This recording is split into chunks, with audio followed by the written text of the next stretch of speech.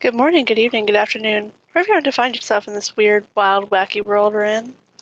This is another scene for Unmask Orlando. This evening our setting is a little different than normal, as we've stepped outside of the city of Orlando and made our way about an hour and a half northwest. Yeah, northwest. And to the town of Williston, where the Devil's Den cave system is. And this is where Vance has decided to take Roxanne for her last night as a mortal. He's been trying to give her a good few last nights, mainly because he feels like she's at least earned it. He feels like it's the only decent thing to do, really. This is a turning point in anybody's life, and he thinks it would be nice for at least her last few days and nights to be memorable, to be fondly recalled, as opposed to being just another set of days or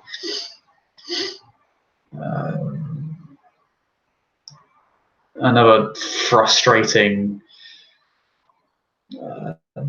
day at the office, or even a tragedy. Better it be something that is looked fondly upon. And for, his part, he has made it memorable for her. She has thoroughly enjoyed the time that, she has spent with him. And she feels that, they're getting pretty close.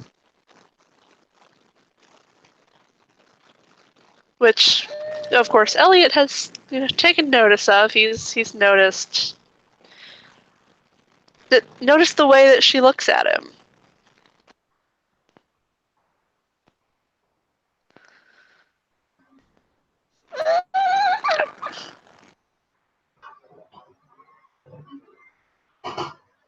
So yeah. Are they already at Devil's Den, or? Yeah, they would have already been. They're already there, and Roxy has stripped down into her swimwear.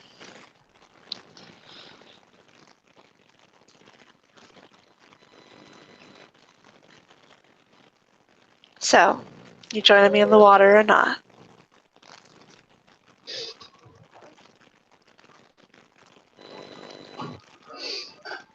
I mean, I'm disappointed you feel the need to ask a question, but okay.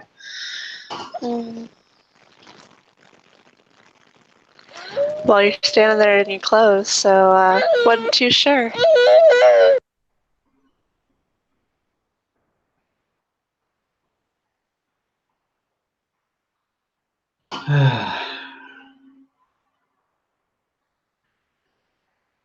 I'm not sure if he.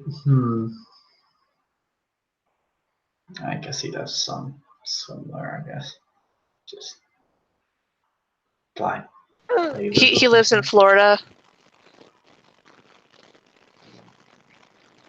Yeah, he does.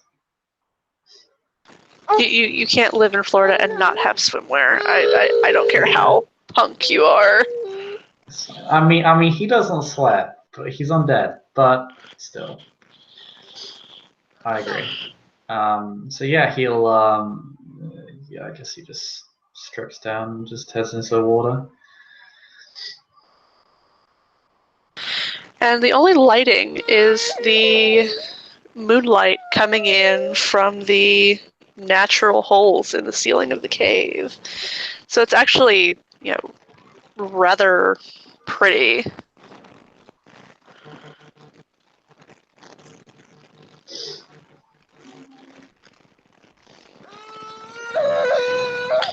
Shh. It's okay. Now I have to. I have to say, this is a good spot. It's good to be out of the city. Guess sometimes nature's all you need. Yeah, Elliot did a good job recommending it. Yeah, top tier guy.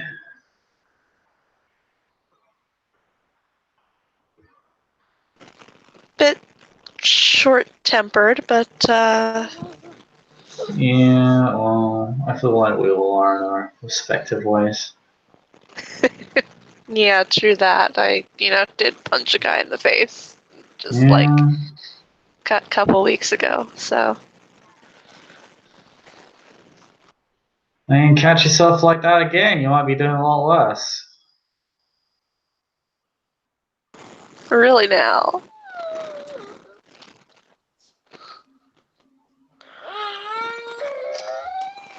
Hey man, you're not gonna tell me you don't see it. Uh, yeah, fine, alright. I got a temper, but you know what? Like you said, ain't not one of the three of us, Yeah, exactly steady tempered. You nah. smashed that guy's face off the fucking bar. I mean, he earned it. Yeah, that he did. I don't take a piece out of someone unless they haven't earned it. Kind of my thing. If I'm coming at somebody, it's for a good reason. Guess I was that good reason that night, huh? Yeah, you're a pretty good reason. Good. She kind of swim over to him.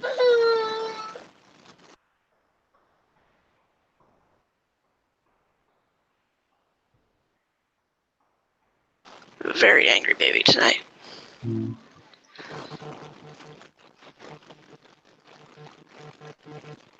Yeah, she'd swim up to him and place a kiss on his lip. Kisses back. How are the stitches, by the way, if they come off now? Yes, the stitches are gone. Nice. They dissolved within about a week. Oh, that's good. She does have a little scar right down the center of her lip now, but I actually learned a little bit about that whole incident. oh, do tell. Yeah.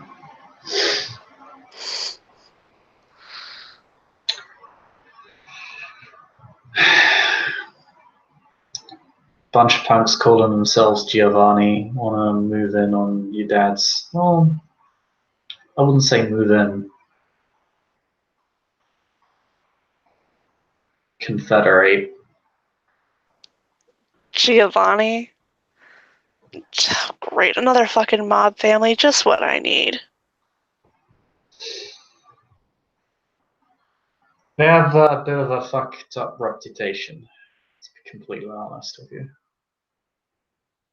I mean, no offense, but maybe that's why they're into your dad.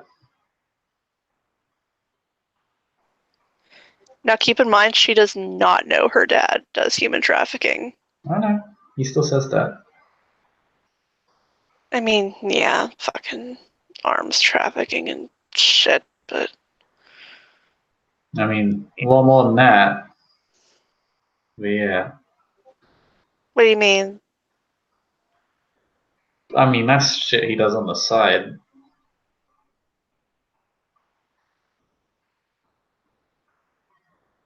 Yeah, no? I I mean, I know it's kind of custom for mob families to kind of push their kids and wives off to the side, but still. I really don't know what you mean. I thought that was his main thing. Ah, shit, I feel like I'm gonna ruin your night.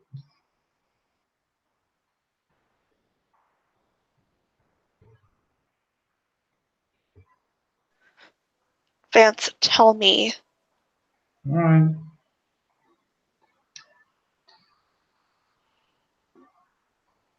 So, how do I put it? Your dad's very,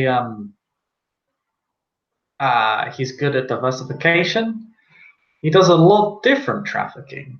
You got arms and drugs and shit, but his main thing is, people. Not entirely sure what he does with them, to be honest. Her face just kind of twists, and it's clear that she's really upset by this.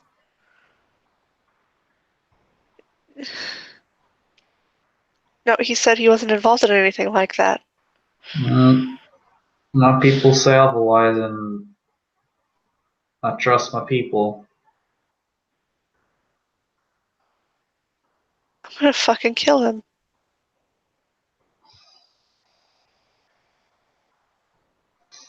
He fucking lied to me. He lied to my face.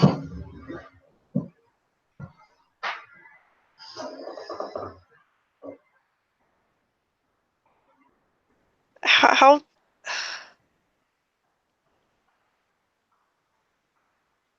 do you look your kid in the fucking eyes and lie to him like that?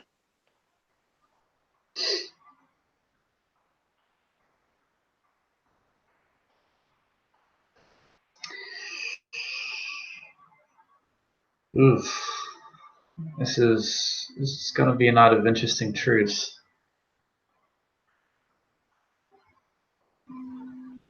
What do you mean?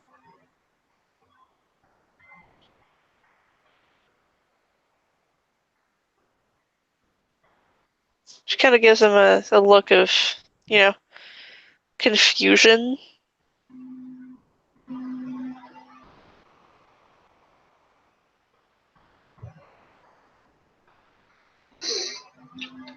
You said truths. That's plural.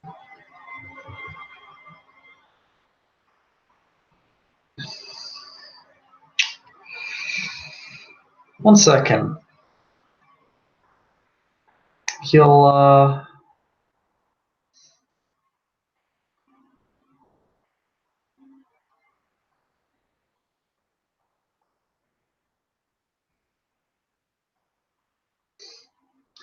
take he'll dive down into the water.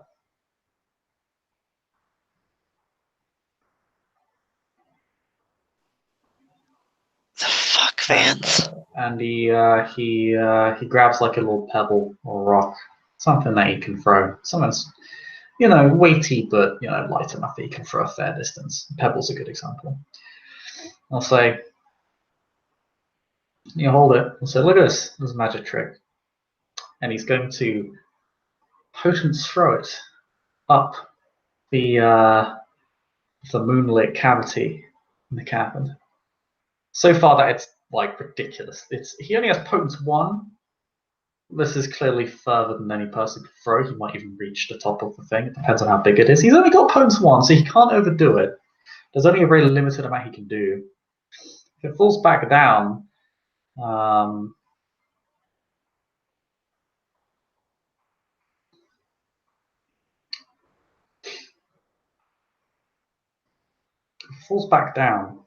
after probably like a good 30 seconds of being up in the air. We'll just catch it with what are presumably inhuman reflexes.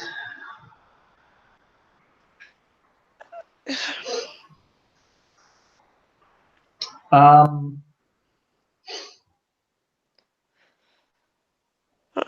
not really sure I get it, but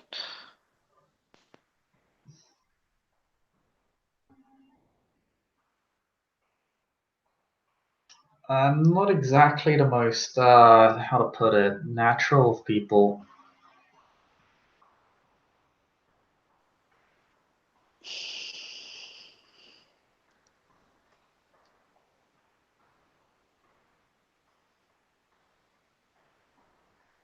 what do you mean? Like, I don't want to be cliche about it, but inhuman reflexes, super strength. Granted, I'm not that good at that.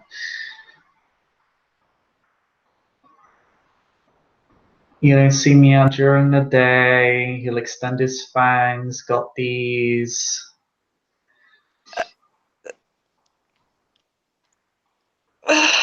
Wait. No. Kinda. You're not fucking telling me you're a goddamn vampire. I mean, well, I'm glad you caught on to it, to be honest. You were just talking about honesty, and I thought I should come clean, which is technically a really big rule breach.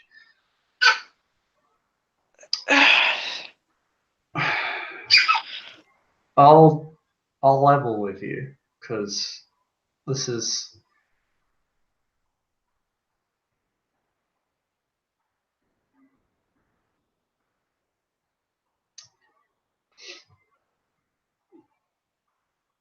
You fight back against a lot of things.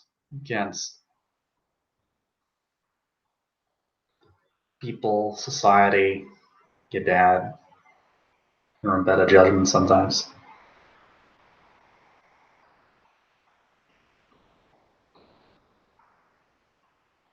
I can give you the power to fight back.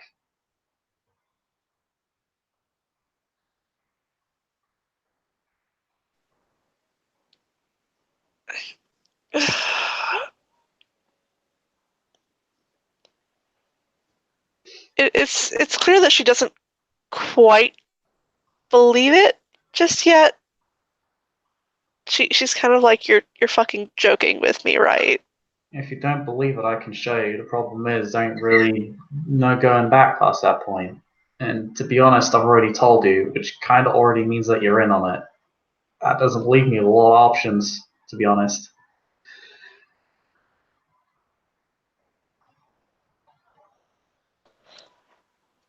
At that point, Elliot kind of, clears his throat from the top of the steps.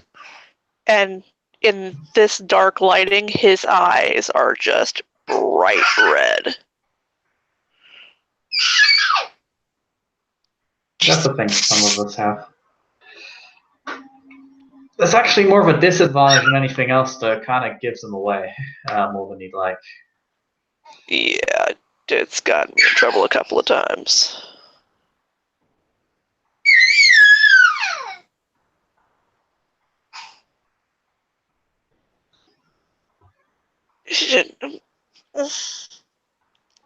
Oh, God. What the fuck, man?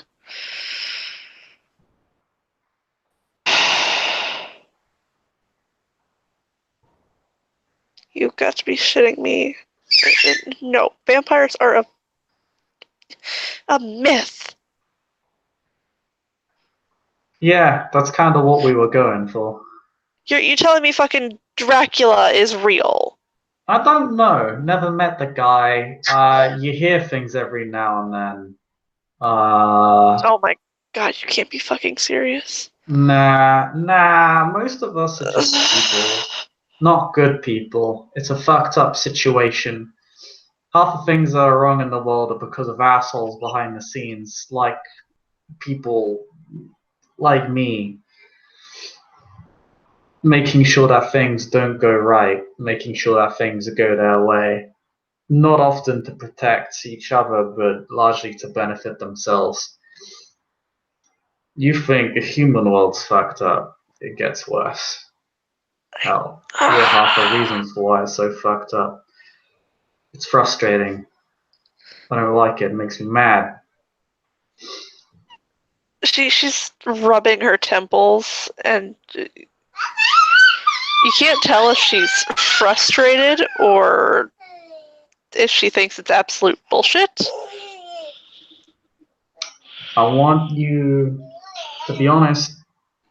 I was gonna turn you here tonight.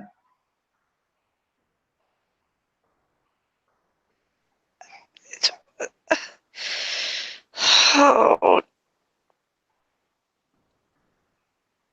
fucking. But that temper of yours is gonna get a whole lot worse if you do. It's a lot earlier than me, a so short tempered. It's kind of a thing. I'm worse than most, though. Yes, true.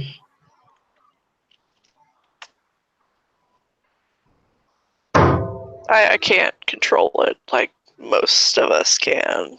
Yeah, and we're not very good at it. It's You know kind of what? odd.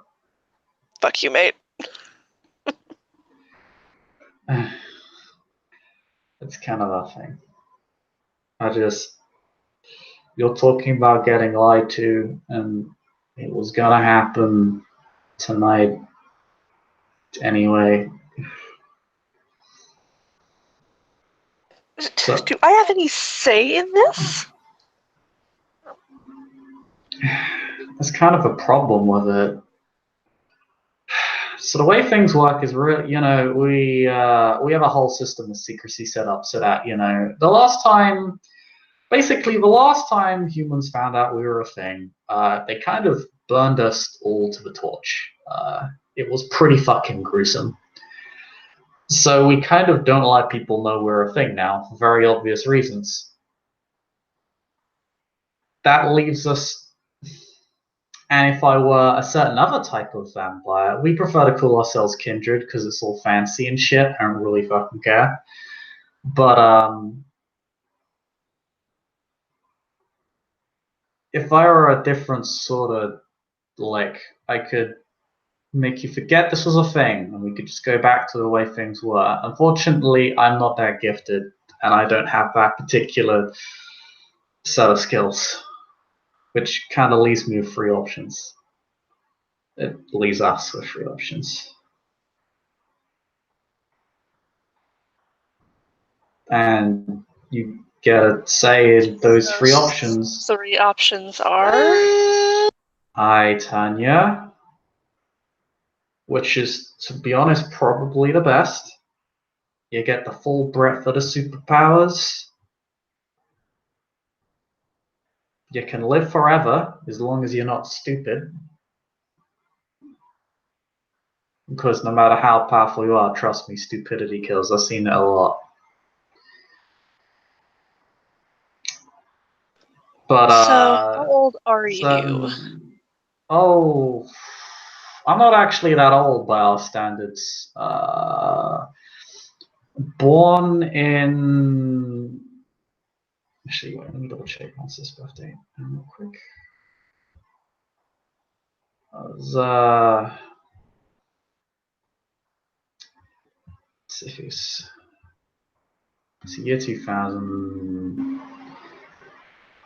I was born in 38, embraced in 69. That's what we call it, by the way, when we turn someone, we call it an embrace. Again, it's one of those cute terms for something that just involves sucking the blood out of someone and then shoving it back down the other hole.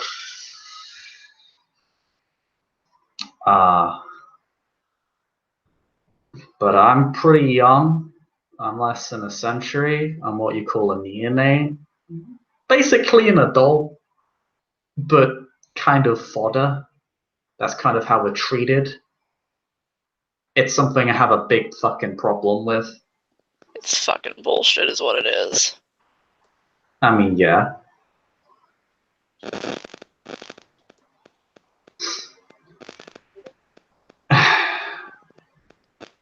So I'm in vampire years, because that's how we always quantify ourselves. I'm 31.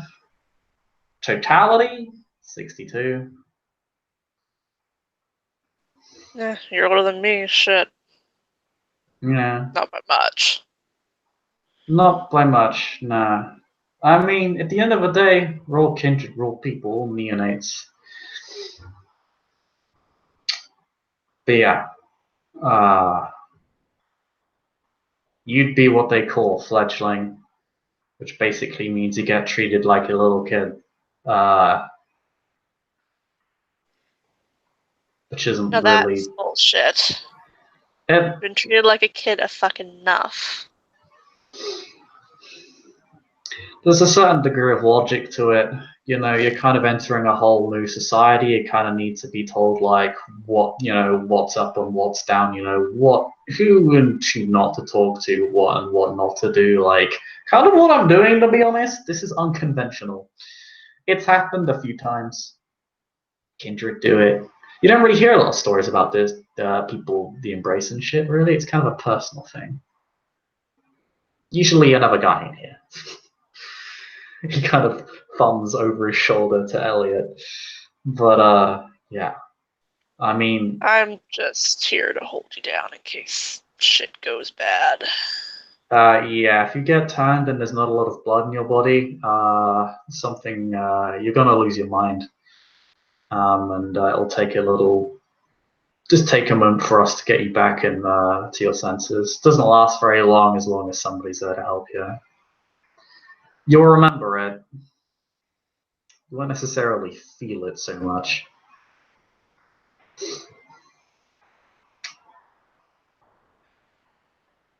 So I haven't given you a second option. Yeah. Second Go option ahead. is I ghoul you. So you know that guy who kidnapped you? Now you managed to bust your lip and break the fucking chair you landed on? Yeah.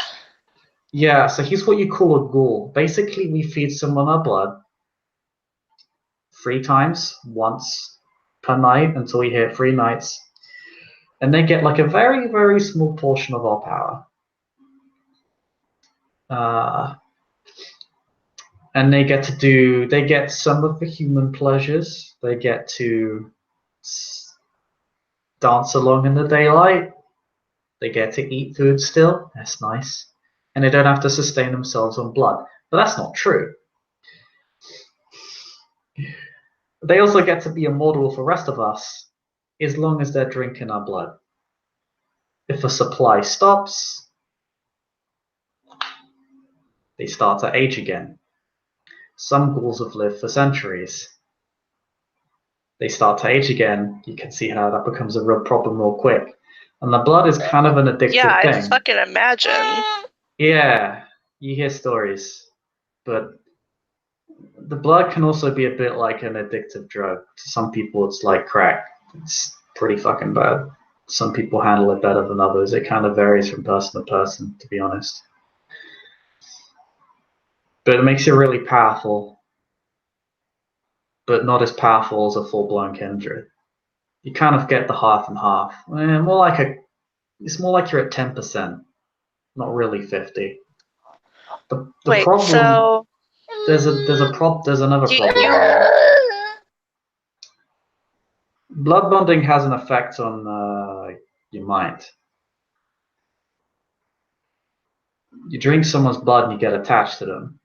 You drink someone's blood twice, you start to fall in love with them. 3 times, you'll do whatever they want.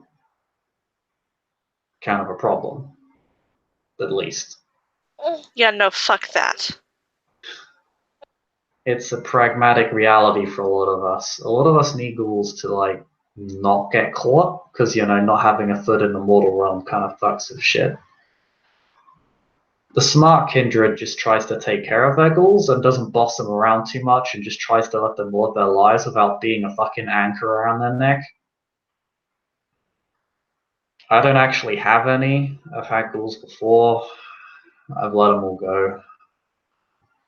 I'll probably need more, to be honest. It doesn't make me feel very good, but it is what it is.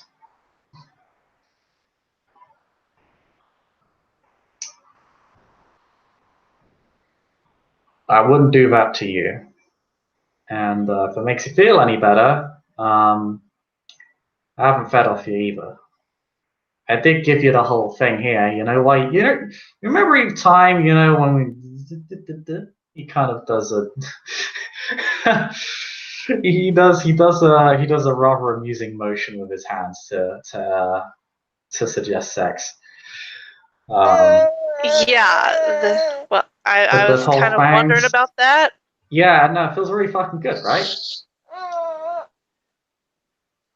Yeah, that's harmless. That's fine. I did that because it just makes it all better, right? Yeah. At least I think it does, right? Yeah, I'm not wrong. Wink. Wink. Wait. So, if you're dead, how? She kind of points down. How? Oh, that's pretty easy. So some of us have something called humanitas. Most of us do. A few of us don't, but we don't talk about them. Basically, if they don't have humanitas, they're probably fucking evil and you should probably kill them. So I'm just going to leave it there. They're kind of the whole reason why humanity wanted to burn us to the torch in the fucking first place, if you ask me. That's neither here nor there. Basically, if you're a decent human being, emulating a person or being a person is actually kind of easy. I could right now, I could burn for a bit of my, some of the blood in here. He points to his chest. He kind of thumps his chest, and he'll say, and I could, I'll look warm. I could, or I'll look flushed with life. I'll look. I won't look like I'm fucking sick. I won't look like a pale motherfucker like I am now. I bet you've probably been like wondering why the fuck that's the way it is. I mean, yeah, just a bit. I'll be warm to the touch. I can do the whole thing. Can't eat. Eating's hard. It's a trick you can learn from what I hear. Some of us can do it, some of us can't. But for some of us who are shit people, usually the old among us, who are just fucking assholes and psychopaths, they find it really hard to do that. Because they're so far Evelyn away is from... still on humanity. Yeah, I know. To be fair, most elders in the camera are. It's like a tiny fraction that aren't. Mithras fucking still on the road of kings. Mithras is like the ultimate exception because he's like the one kindred that's still on a road and not even on a path. Yeah. How stubborn that asshole is, but yeah. He really is a stubborn asshole. Vance just continues. The further away you are from what it is to be a person, from just being decent, good, not the worst fucking guy, the harder it gets to do those things. There's a lot of metaphysics behind it. I don't really care. The only thing I do care about is that it's not always easy to know how far you've fallen. And that can be difficult. Usually the people around you will notice first. So, I'm glad you don't think I'm a terrible person. That would have worried me. I mean, if I thought you were a terrible person, I wouldn't still be here. I would have fucking run the second you fucking told me that, fucking you're a blood-sucking vampire. My main fucking concern was that you were going to do that. Then this is going to end up really fucking ugly. Because then it's kind of like you're giving away your say, and then I kind of have to decide on a spot, and that's not good. Because your third option is, and this is, I don't really want this, because, it kind of goes against human decency. I can't remove your memories, so either I can turn you, ghoul you, or I have to kill you. So I kind of... Oh, okay, that's fucking great. I don't really want to put that on the table. And actually, to be honest, I'm just not going to do it. I'd rather turn you or ghoul you, and I don't want to ghoul you. I know you don't want that either. Yeah, no, I kind of like my free will. Yeah. I mean, if there is one saving grace to ghouldom, it's that you only lose your free will around the person who's ghouled you, and you can resist it if you're tough enough. It's really fucking hard, but you can do it. But it ain't ideal, to be honest. It really ain't. So I will embrace you. I think you'd make a... I mean, I've seen what you do. You change things. You're good. You're a good person. You're good at what you do. We don't have the brightest future before us, and to be honest, we and I could really use someone that could give us a shot.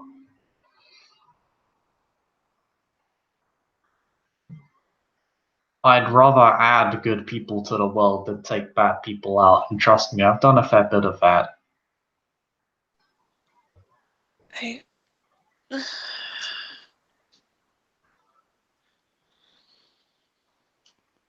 Did you know that this Giovanni was talking about, you know, vampires too, right?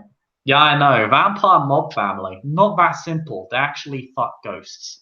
Oh, ew. Oh, gross. They Ew. talk to ghosts. I personally think they're a bunch of corpse fucking Neanderthals. That's just me. But yeah, no, you know that ghoul who was gonna kidnap you? They were gonna kidnap you and they were gonna embrace you, and then they would have probably found you.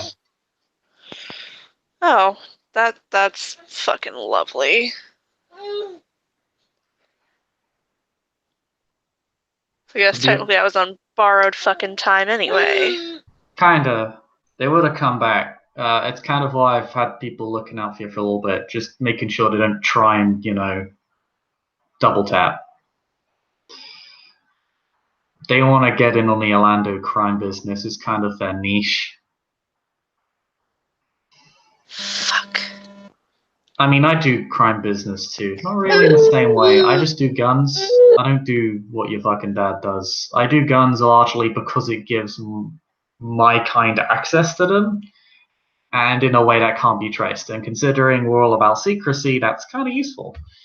So it's not really to fuck people over more than it is just to live. But I'm trying to excuse arguably really shitty behavior, so I'm not gonna continue down that line of logic. Fine, just fucking do it. I'm on borrowed time anyway. I wanted to give you more time. I didn't want this. When I learned what the Giovanni were gonna do,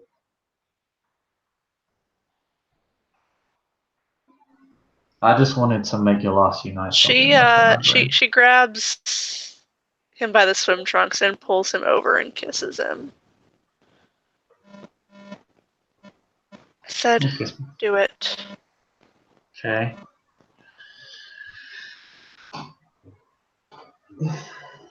Does it make you feel any less awkward if I say this is my first time? Not really. He grins. At least I'm not a fucking virgin.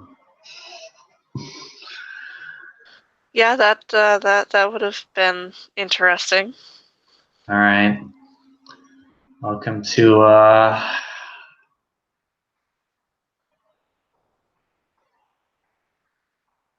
welcome to the first night of the rest of your life. Have fun. He'll yeah. He'll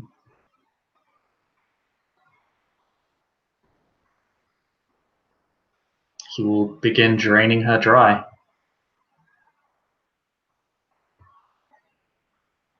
He can drain about 3 blood points per turn. He wants to make it quick. He knows that death via blood loss can be painful. The kiss should overwhelm it, numb it, but it's still not great, so he makes it fast. And then he'll quickly place her body on the wooden platform, the elevation, and begin. We'll use actually a rock, the one he used from what he'll use it to bust open his hand, and we'll begin quickly dripping as much blood as he can into her system. In fact, he needs to get rid of that blood because he just drained her dry. He would be standing on 23 blood points, well over his limit. He needs to get rid of it very quickly, or he's going to throw up. So he begins doing he will that. if he doesn't get rid of it pretty quick. Yeah, so that's exactly what he begins doing. He begins quickly. In fact, he busts open both his hands just to accelerate the process of getting rid of as much blood as he possibly can. When does she come back?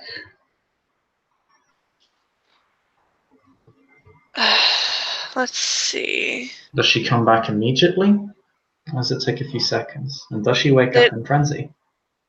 It takes her a couple of seconds. And he would have given her a decent amount of blood, so If it took her a turn, she'd be on free blood. That'd probably still put her in frenzy range, to be honest. Yeah, because it's based on their self-control? No. Mm-hmm. Yes. I would probably give her a fairly decent self-control. I'd put her at 4, so... Okay. No, she actually, yes, she is in...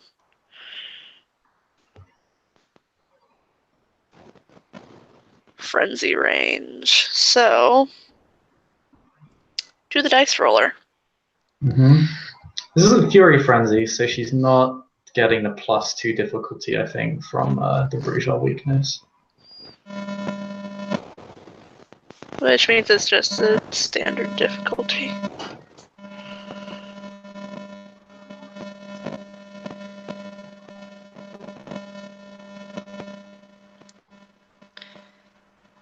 Oh, jeez, if, my internet would cooperate, that would be great.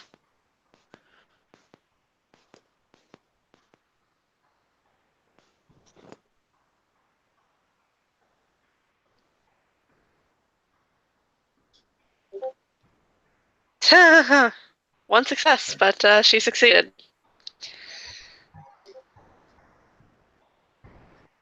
So she does not immediately go into frenzy. Okay.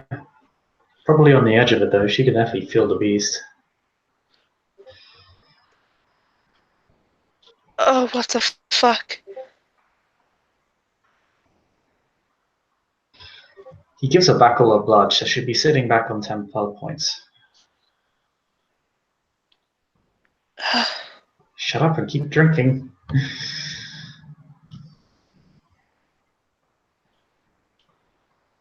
And that would be a self-control roll to stop herself.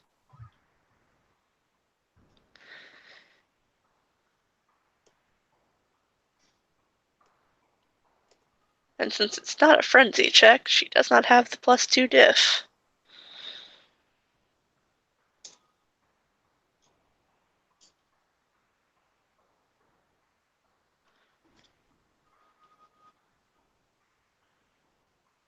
Oh, seriously, come on.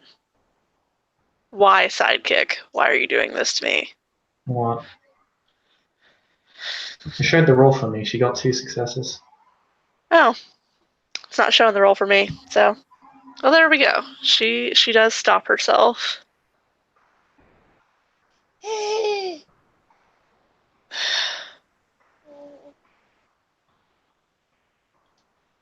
She just kind of look up at him.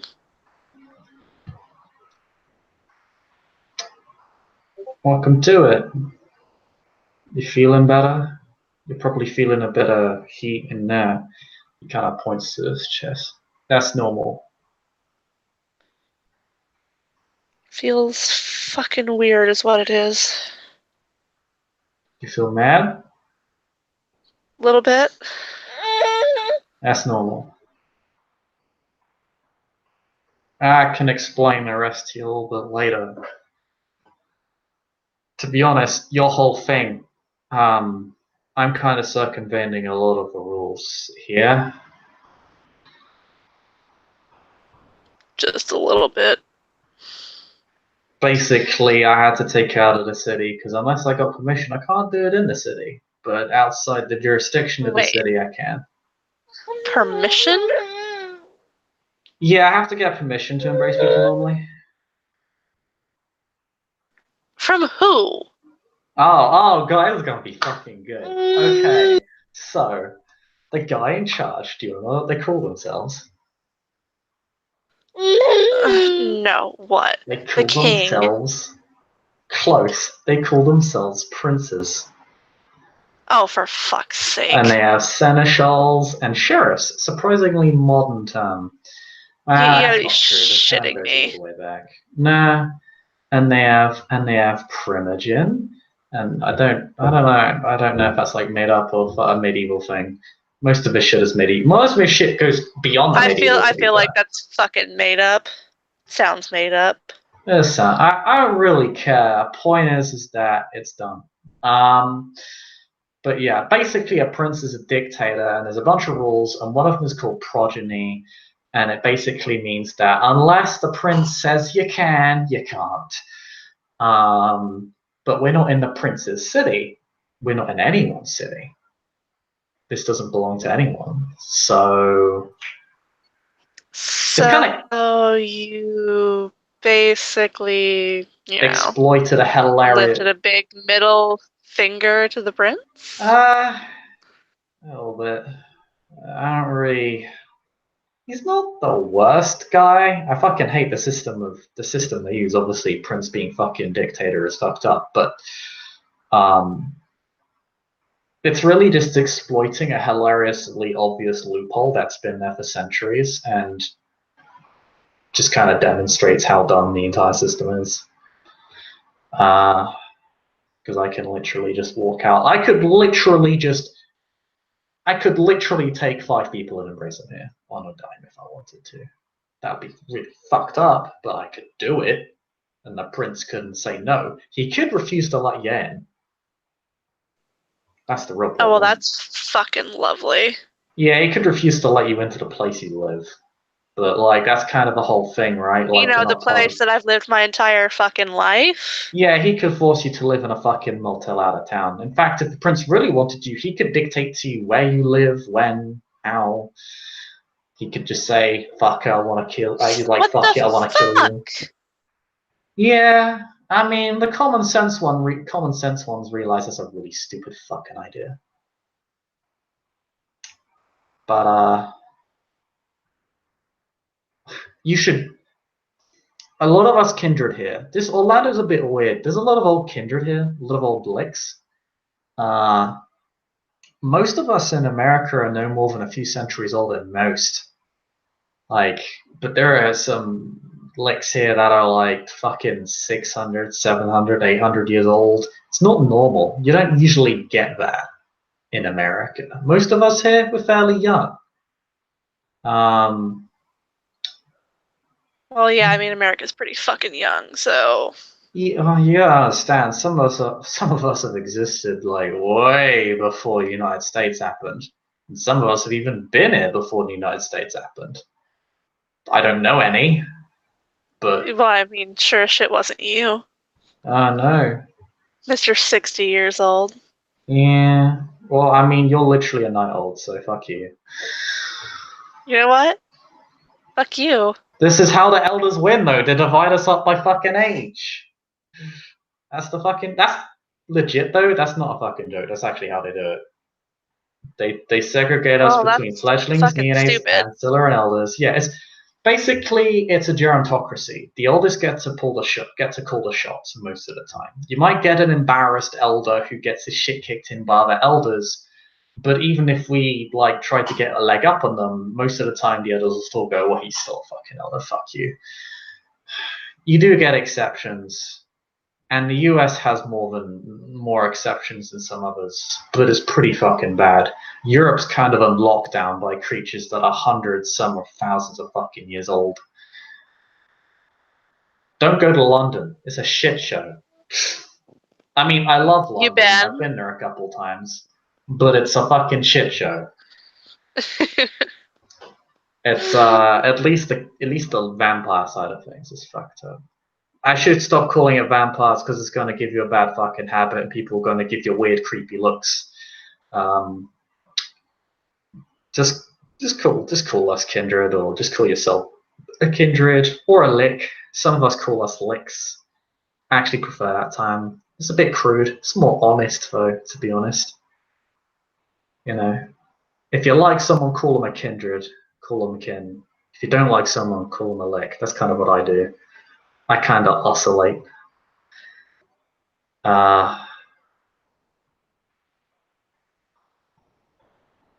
There's a lot to fucking go through, and this ain't really the best place. But Yeah. You know what? Let's go get a fucking hotel and you can give me the rundown, and Elliot, you can take your ass back to Orlando. fuck, she's already bossed me around. Yeah. Hey, Elliot. I know it's just because you want to fuck him. Go on, Oh, you little shit. Hey, Elliot, before you go, Yeah.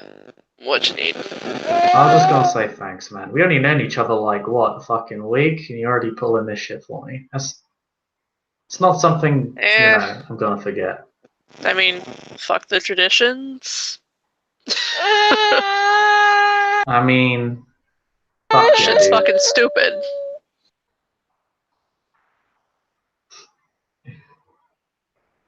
Thanks, man. Take care of yourself. Oh, you Yeah, want? have fun with her. You thought she was bad before. Yeah. Hey, don't make me Hey. hit you. Get the fuck out of here. Careful, you hit him hard enough, you might actually push him through the fucking wall. Wait, I could do that? You are, if I've got my lineage right, a Bruiser of the 11th generation. Because I'm 10th, if I remember what McNeil called himself at one time.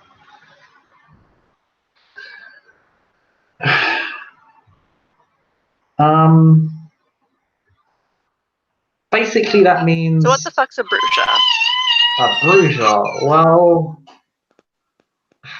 They're a clan. We're all kind of divvied into clans. There are 13 of them. We're one. And we're like the clan of... Okay. we used to be called Philosopher Kings. Way back in the fucking day. And I'm talking like over 1,000 fucking years ago. A lot of clans think we've degenerated since then. I say fuck them.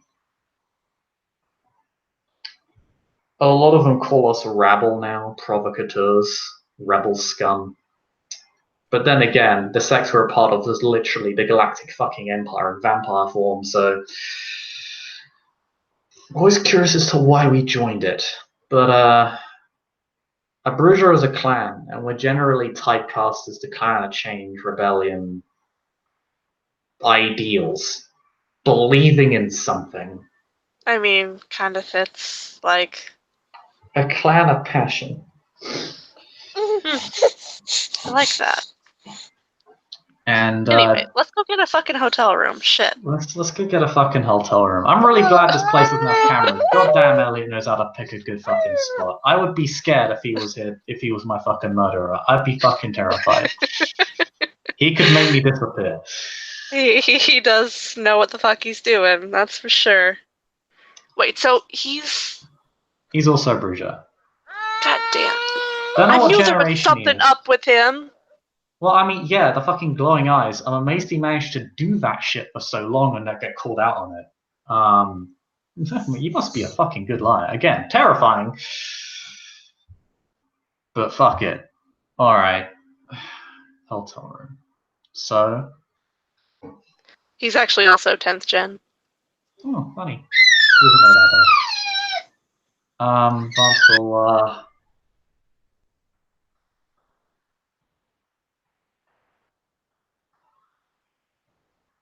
Vance will just literally pick her up like she's a featherweight.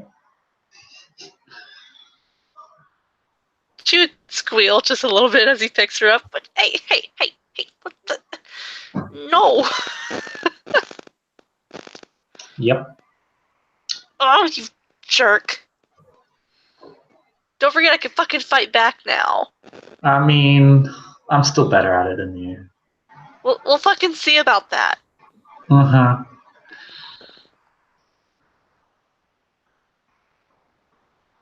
Alright. We'll carry her up and take her up to, like, wherever her fucking clothes are at. Yep, her clothes are sitting up on the main platform up past the stairs that you can see. As my son drops his pacifier off the bed. Yeah. But yeah,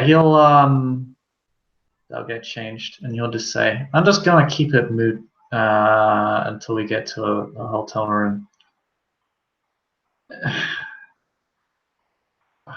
Was your last week a good one? That was kind of what I was going for. Well, you did a pretty good fucking job of it, so I'm glad I was able to do that much. I had a lot of fun. It was definitely a memorable one. If it had to be my last week as immortal, I guess. Yeah, you're technically immortal now. Then it was a good one.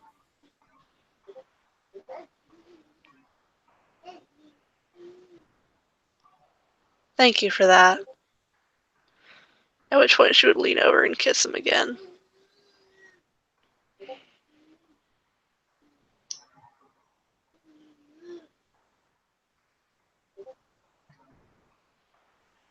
I mean,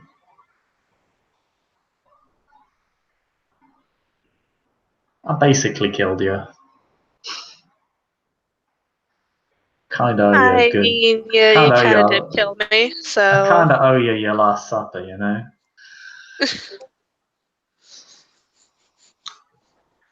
But yeah, he's just saying this as they're going back to the car.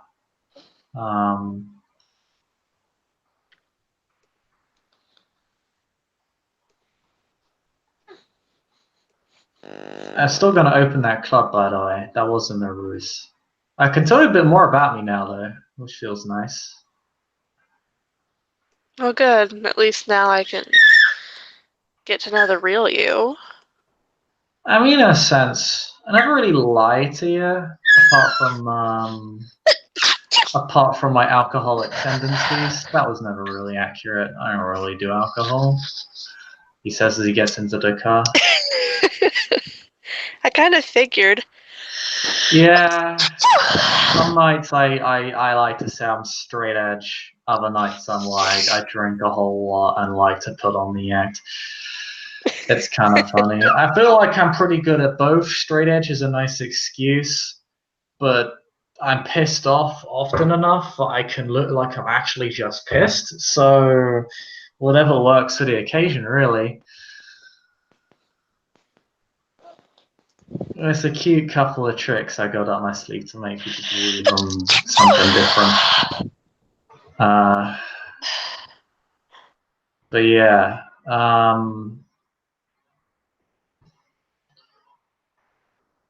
it's yeah. God, let's put on some fucking music. Easy needs to drive away. There's a fucking hotel, not too far away from here. Fuck. Now you know what? Actually, I got a better fucking idea. We're gonna take you back to Orlando.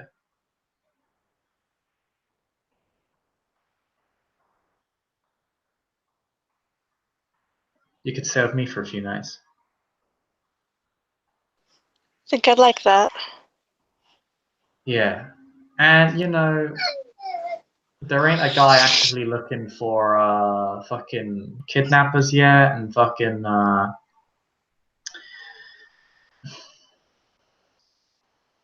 there ain't I got a oh shit, this is gonna sound a bit well okay. I got a group of models that come to me for the you know the kiss and tell. Um uh, a lot of us call them like let's see, there's a lot of different names for them actually. Groupies, fans, super fans. That's some of the more recent names I've heard for them. Some of us called them flocks. Some of us call them herds. Basically, models Oh, that. herds. That's, not derogatory at all. Yeah. A lot of elders call models kind. I actually looked that up once because it's supposed to be poetic, right? Like kindred and kind, alliteration and shit. Kind means cattle, and I'm like, you realize what that fucking means, right? I think they're just so fucking Oh, old. Like, that's just kind of gross. Ew. yeah, I'm not sure whether it's down to the fact that they're just so used to saying it.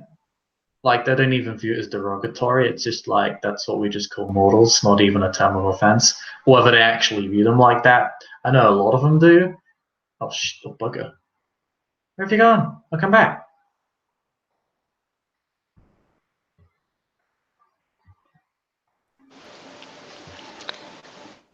So I disconnected there for a second. Sorry about that. That's fine. Yeah, it's kind of hard to tell. Either way, I don't really have a name for mine, for my people. They're just kind of my people. I guess at certain gatherings, I end up calling them my herd, kind of just because everybody else does. Kind of a bad fucking habit of mine. But I make sure they are, they're well looked after. It's actually mutually beneficial. A lot of people find we call it the kiss, the whole when you bite someone. It's kind of like you may have found out that it's kind of better than sex. So, I mean, I'm I don't know about that, but oh, you're one of those? Okay. cause you were pretty fucking good, I have to say. You I might be mean, dead, but yeah, but that's because I'm biting you, remember? true. And you kind of lose yourself in those moments. It's what makes feeding kind of easy for us. It's why people don't remember feedings. Because it's just so good that you just kick back and just let it happen. And as long as you're careful about who you feed off of and how often, it's not a big deal. Uh, it's you can sustain yourself without ruining somebody's life. It's actually pretty easy. You just have to not be a fucking idiot So psychopath like, about it. But you can feed off my people for a little bit.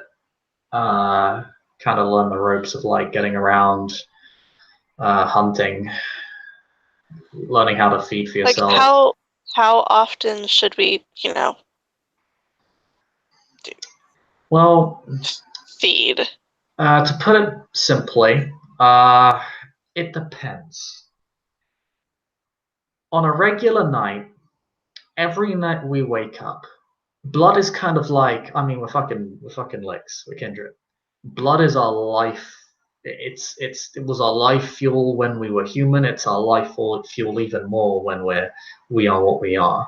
Every night we our blood. It's like a fuel source. It burns. It burns for a bit of itself to wake us up, make sure we get up.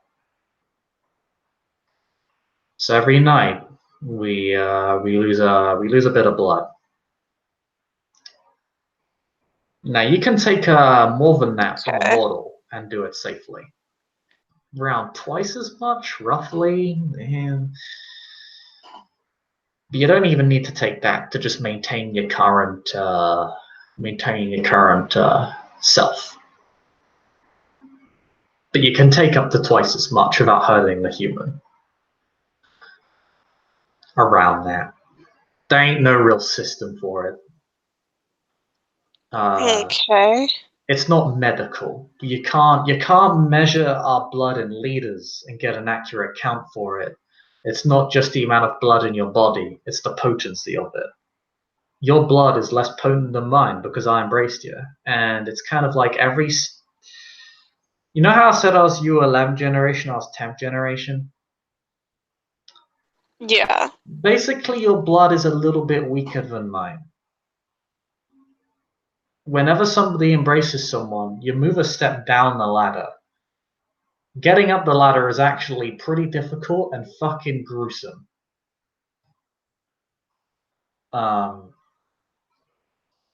Most kindred don't like to talk about it.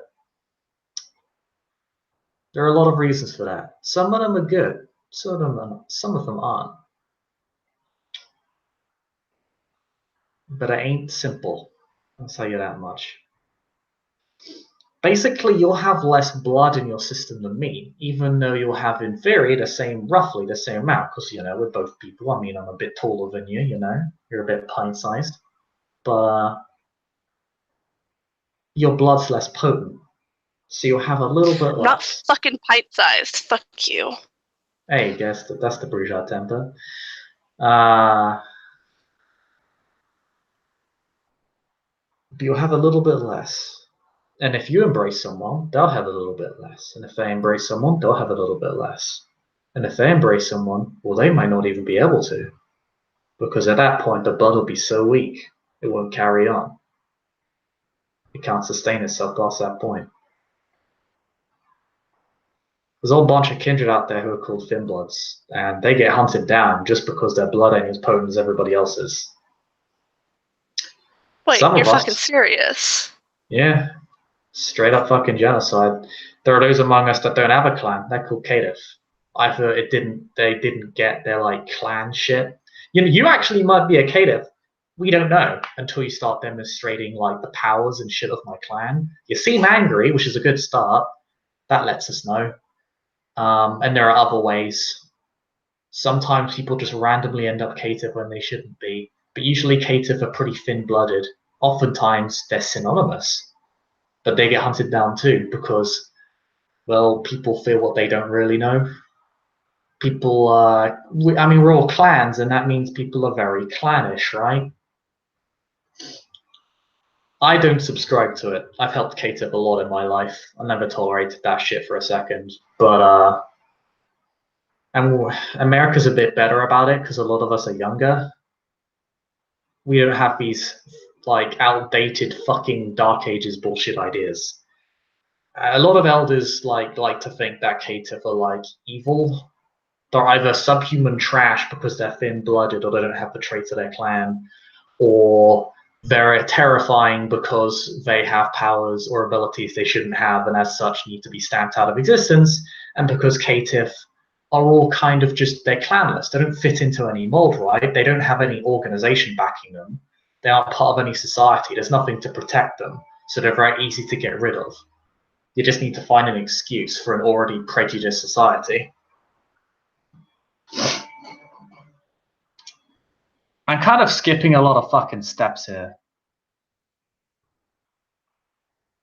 But, yeah. Yeah, it's a fucking lot to take in. Yeah. Basically, right now, all you need to know is that you're a vampire, you're a bourgeois. Bourgeois, what can we do? We can move really fucking fast, we can punch really fucking hard, and we can make people feel ways about us. You can make people listen to you. Wait, what do you mean? They call it presence. You can manipulate people's emotions. You can inspire people. You can make them fear you. You can make them care about what you have to say. You can make them love you. At the strongest point, you could even command them to fucking die for you, and you'd do it. Or rather, they'd do it. That's the strongest among us, though. Or the more talented. That's just fucked up. Yeah. Pretty fucking helpful when you need to get past a traffic stop, though. Wow, really? A fucking traffic stop? I mean, what? It's good to get people on board. Presence is not. It's called presence. It blurs the line sometimes. Sometimes people still are part of themselves, are still kind of themselves. It's kind of at its more potent levels. It's not. They're not. I've seen it. Fucking Venture scumbags. They also have this power. I don't care. Don't worry about the name. but I've seen it where someone just snaps their fucking fingers and you feel so strongly or terrified or in love with this person that you just fucking kneel because they tell you to fucking kneel and you do it. But sometimes it's really helpful when you need to cover up a fucking, like, a breach of our little secrecy code. We call it the masquerade. Basically, don't tell people you're a vampire. Don't leave a I fucking mean, who the trail. fuck's gonna believe me? I mean, you believe me. Cause you fucking, between you and fucking Elliot with his glowing fucking eyes, you're popping your fucking fangs out. I mean, there's a lot of excuses for that.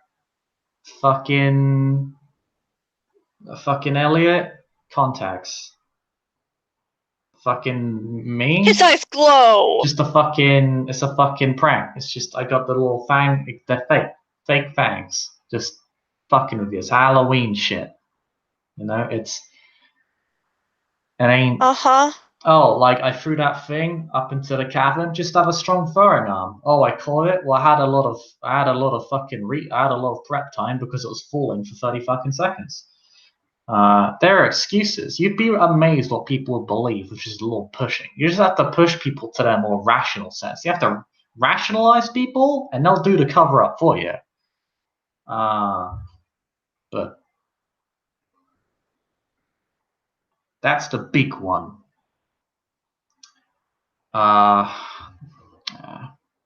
Actually, So basically, don't run my fucking mouth. Yeah, that's kind of a rule that everybody subscribes to, even the ones that say they don't, they do. And if they do break it, they're relying on somebody else to cover up their shit for them, so they're still doing it indirectly. That's the rule everybody, no matter who they are, where they come from, what clan, what sect, what city, don't fucking matter. Everybody obeys that rule, because if we don't, we die. Humanity tried to kill us once, and that was fucking 5 centuries ago. Over 5 centuries ago. That was when humanity had nothing but a bunch of pitchforks and torches. Now they have fucking guns and bombs and nukes. We'd be fucked. Yeah, I don't fucking imagine that, we'd last very long against some fucking guns. And we have to be more careful these nights. The surveillance, cameras, technology is traceable, I make it a habit of not giving away keywords over the phone, just in case. Wait. I fucking saw you in a fucking mirror. Wait. I'm guessing all that shit, can't cross fucking running water and all that shit ain't real? Varies from kindred to kindred. Some kindred can't cross running water, but for the vast majority of us, it ain't a problem. But this is where it gets complicated. So some clans, every clan, and this is why people are scared of Caitiff. One of the reasons. All clans have some form of weakness, some sort of frailty, something fucked up about them. So it is said. So goes the legend.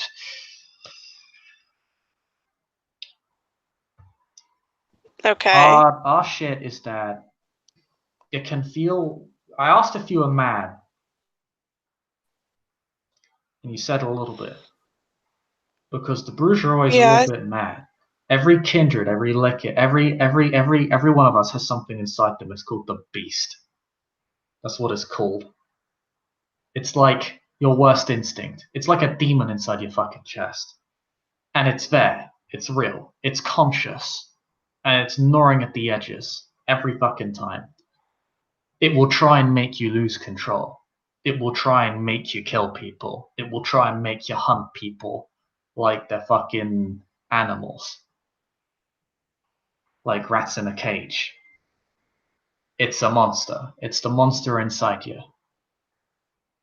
And it's a part of you. It's separate from you, but it's a part of you. It's inside you. And it wants your body. It wants to hunt. It's a feral thing. That's why it's called the beast. And the Bruja, when it's angry, we're not good at resisting its pull. We're a clan of passion. So when our passions run wild, as much as it empowers us, we're susceptible to it. So you gotta learn to control your passion. You have to learn to control your temper as a bourgeois. Because if you don't, you'll do terrible fucking things.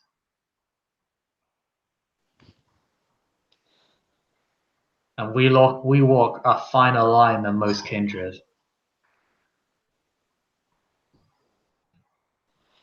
Okay. So hang on to the part of yourself that's still talking. And still thinking and still caring. Because it's okay to be mad. God, the Bruges are fucking mad. We think being mad's okay.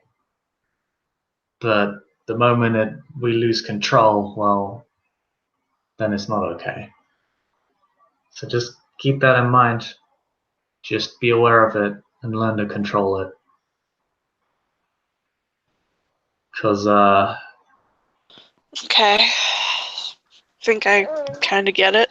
yeah, it's harder to resist when you're hungry. It's why you don't want to be hungry. You might find yourself Okay. already a little bit stronger and a little bit faster than usual.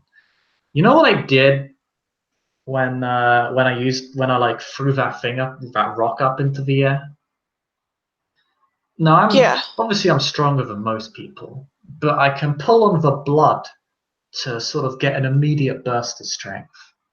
Same thing goes for my speed. I can use my blood to get an immediate burst of speed. And don't worry about catching fire if you run really fast. We don't really, again, it's not really based in science. You might run really fast, but you don't really carry the momentum with you. Don't try running through a wall. You will just hit the wall. It won't even hurt that much. It'll be as if you're traveling at your normal speed. That sounds really fucking dumb. Like who does that? Well, you could, in theory, burst through the wall with your supernatural strength. Basically, super strength is called potence, super speed is called celerity, and the whole emotions thing is called presence. You can also pull on your blood to make yourself stronger naturally. Like rather than pulling on it to get yourself natural burst of strength, you could use it to give yourself faster reflexes or greater strength, but over a slower period. It's just more passive, less reliable. Not something you can just call upon, and it's kind of I want to lift a car. I can call upon the blood I get this immediate burst of strength, and I'll flip the car. But then the strength is gone. Or I can call upon it, and I can try and lift the car, and maybe I'll struggle to lift it up. And I have to very gradually lift it up and push it over, and maybe I just can't, because I can't summon the necessary strength. But it'll last. There's a lot of names for that. All kindred can do that. It's pretty useful. But basically, using your powers often requires blood to use. Most of the time. Not always. So, it's like I don't know. Point is, it makes you Can't hungrier. really find something to fucking compare it to. So. Yeah. But basically, if you're calling on your powers a lot, you're going to need to feed more. Don't get too dependent on your powers. The whole reason people, okay. Look, I embraced you for who you were. If you were relying on your powers to get ahead and do what I believed in you to do, then you're kind of already failing if you think about it. Because you're relying on what you're not, or rather on what you weren't chosen for. That's a bit elitist of me. You can do your own shit. If you want to use your powers a lot, that's fine. But don't become too dependent on them. You'll wind up hungry, and then someone will get killed. I think I'm doing pretty fucking good on my own, so. Yeah. Honestly, I really want you to stick with me and Elliot. It's a dangerous world out there, and there are bigger fish than us. We're powerful when we're together. No, I mean, like, I don't need powers to get shit done. Oh fuck yeah! I No, think you that's don't. pretty fucking clear. You can use them to give yourself a leg up, but you don't need them to do what you need to do. They just help. They just help at what you're already doing.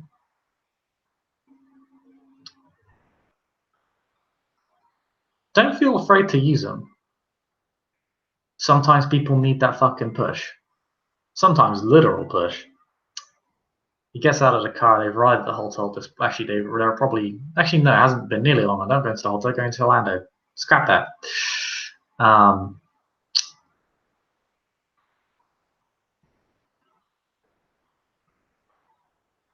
Some of it is easier done than said. But yeah. Basically, you can call upon the blood, it'll just make you hungry, and then you need to feed more. And getting hungry is bad, because it makes you susceptible to the beast, then you're likely to... well, you felt the beast when you woke up, when you were hungry. I saw you judder. As normal. Because if you're given to your beast, you enter a state what they call frenzy. And then, well, you're like an animal. You just start killing whatever pissed you off. Or made you. Or if you're hungry, you just start latching onto the nearest human in sight.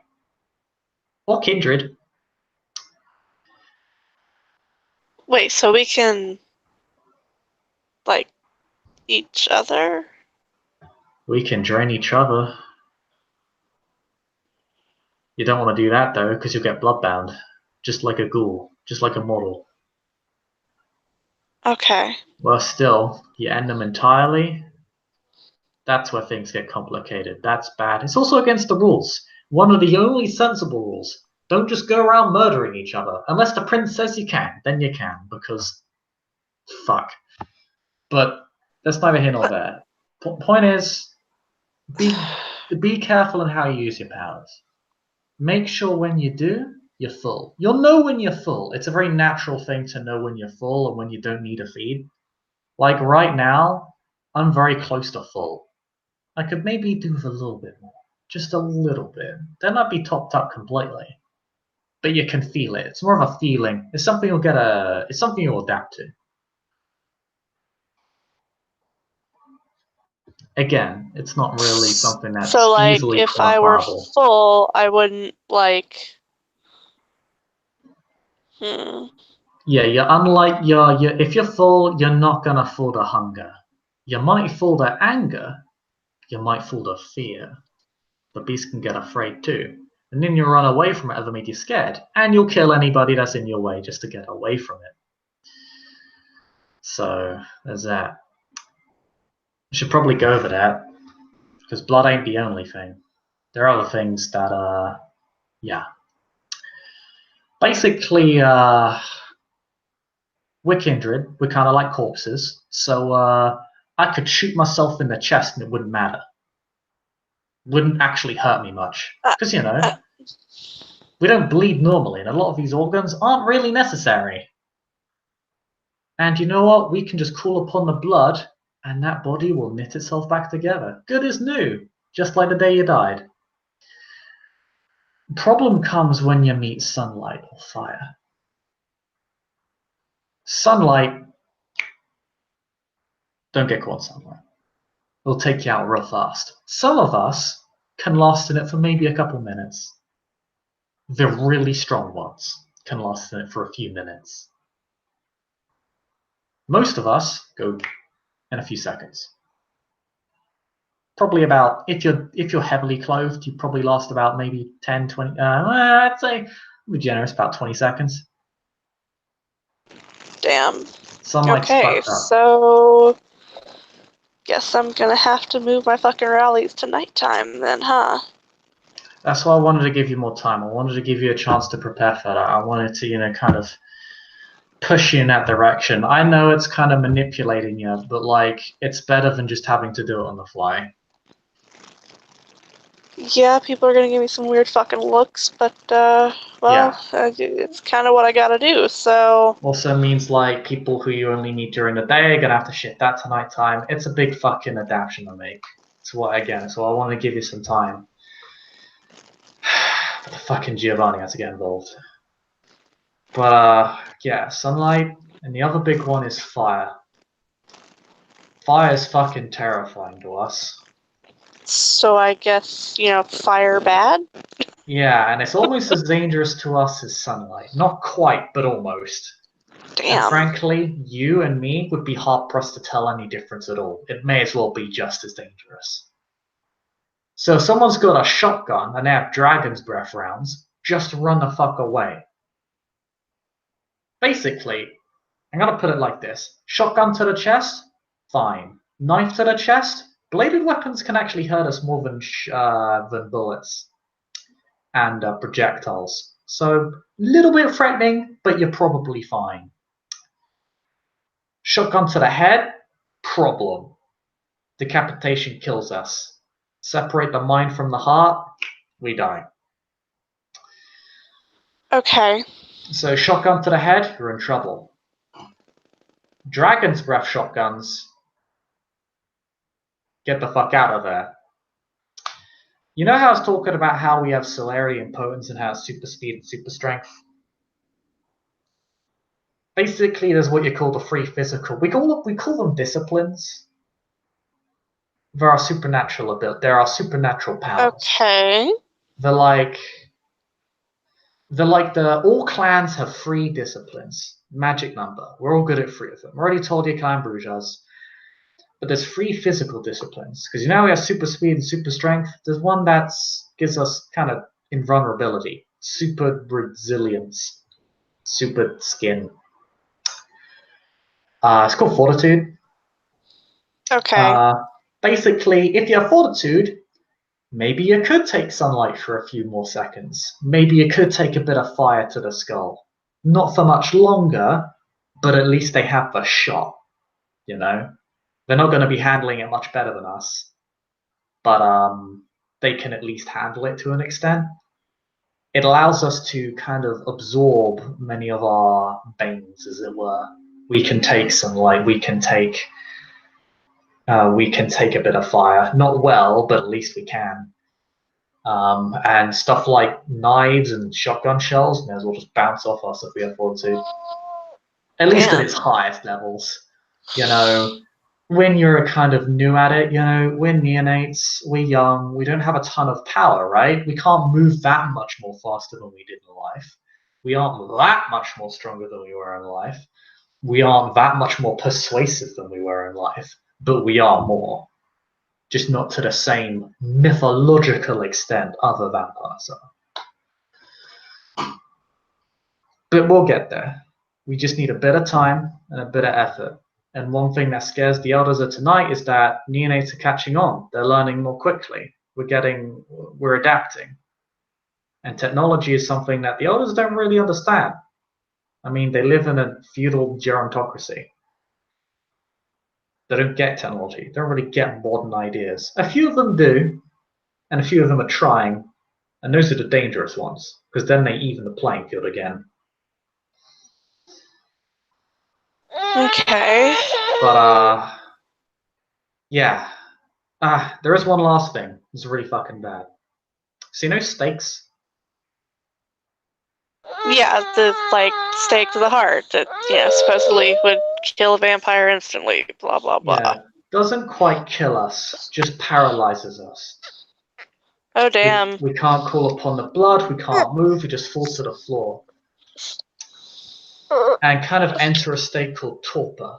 It's the state you enter when the sun comes up. You'll feel really tired when the sun starts to come up. It's hard to kind of wake up during the day. It's almost like it's pressing down on you. It's easier for at least I've heard, it's easier for people who are close to who they are to wake up during the day and act. I've only done it once, to be honest. It wasn't too hard for me, so I guess that means I'm still a bit broken. I don't fucking know. It's all mythical. It's because what we are isn't really a strict science. There's a lot of misleading information out there. So I can only really give you the stuff I know that's hard facts, and I'm not a scholar on what we are. I can tell you the sort of rough basics. I can give you what you need to know. The stuff you might want to know, maybe, maybe not. Kind of depends on what the subject matter is. But yeah, there's that. Stakes will paralyze you, so don't take wood to the chest. Don't let it pierce your heart, because then you're fucked. I mean, that's a little weird, so I'm not sure I know anyone who would actually like that. And but there are those humans out there who are aware of us. There aren't many of them. There's very, very few of them, but they do exist.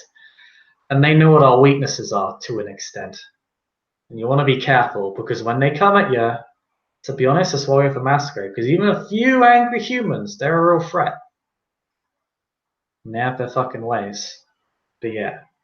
So don't get staked, don't get caught in sunlight, don't get lit on fire, and don't be too near fire.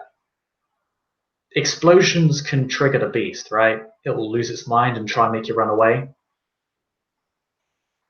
That's a bit easier for us to resist. We only really lose it when we're mad, not when we're afraid. We can resist that as easily as any other lick. The problem is anger. A whole clan full of anger management issues.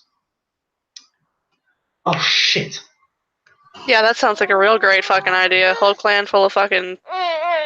And a lot of us, we're kind of a clan that's loosely divided. Like, we're not really that heavily organized.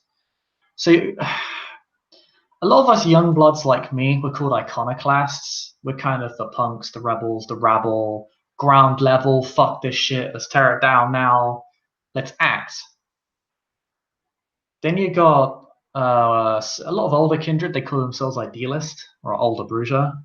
They're kind of like the thinkers, the philosophers, kind of what they call themselves the thinking man's bourgeois. And don't get me wrong, I respect them. They believe in things just as strongly as we do. They just want to.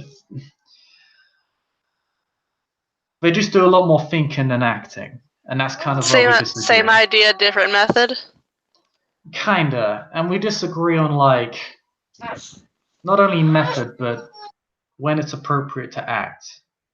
Like, they play, a lot of, you get young idealists and old iconoclasts, but a lot of older bourgeois idealists and a lot of younger bourgeois iconoclasts. And then you've got those who are kind of in between, and they're called individualists, and they're basically the other checkbox. They're just neither iconoclast or idealist, and just do their own shit. But yeah. The idealists, they kind of want to think things through. The problem is they do a lot of debating and thinking and not a lot of acting a lot of the time. And that's kind of because a lot of them are old. And they think they can play the long game and take their time. And you've got iconoclasts like me going, well, you want to reinvent the wheel and, change all these things. But have you looked at the organization you're a part of? Tell me how much it's changed. Because I don't see much change in the past 500 years. And that's kind of our problem. And a lot of younger bourgeois are like, well, it hasn't been fucking changing. Maybe we should just fucking do it instead of just talking about it. And that's kind of what I stand on the issue. But hey, if you want to go the idealist route, your choice. I ain't gonna judge. You want to do your own shit and be an individualist? Go ahead. I mean, you've seen me. I get out and I fucking... If I want something changed, I fucking do it. I say this, and I know who you are, so maybe I'm being a bit of a... I'm acting like I don't know you, because I do. And I'll be honest, that kind of played into why I chose you. Because you do act. You don't let any opportunity slip you by. You care so much that you can't help yourself but act. And fuck, sometimes that hurts you, but you know what? Sometimes change is worth bleeding over. And I've gotten, my fair share of cuts, scrapes, and bruises for, And that spark, it's way here. But That's our clan in a nutshell. I went, oh shit, earlier, because I realized something. We have a bunch of whole different events. One of them is called a RAN. Basically, a RAN is basically like a clan discussion, it's a clan meet, and basically everybody can have their fucking say. We're more egalitarian than most clans. We actually like, or in theory, feel it's entirely fair to give young kindred their say, even kindred only a night old like yourself. There's actually going to be one in a couple of weeks. I'm organizing one. Because anyone in our clan can organize a rant. We just need to yell loudly enough and be persuasive enough. But our clan, Orlando's in kind of a state, and we need to get our shit right. So I'm holding a rant, and I'm basically like, look, we need leaders. We need things getting done. We need the camera to not be shit.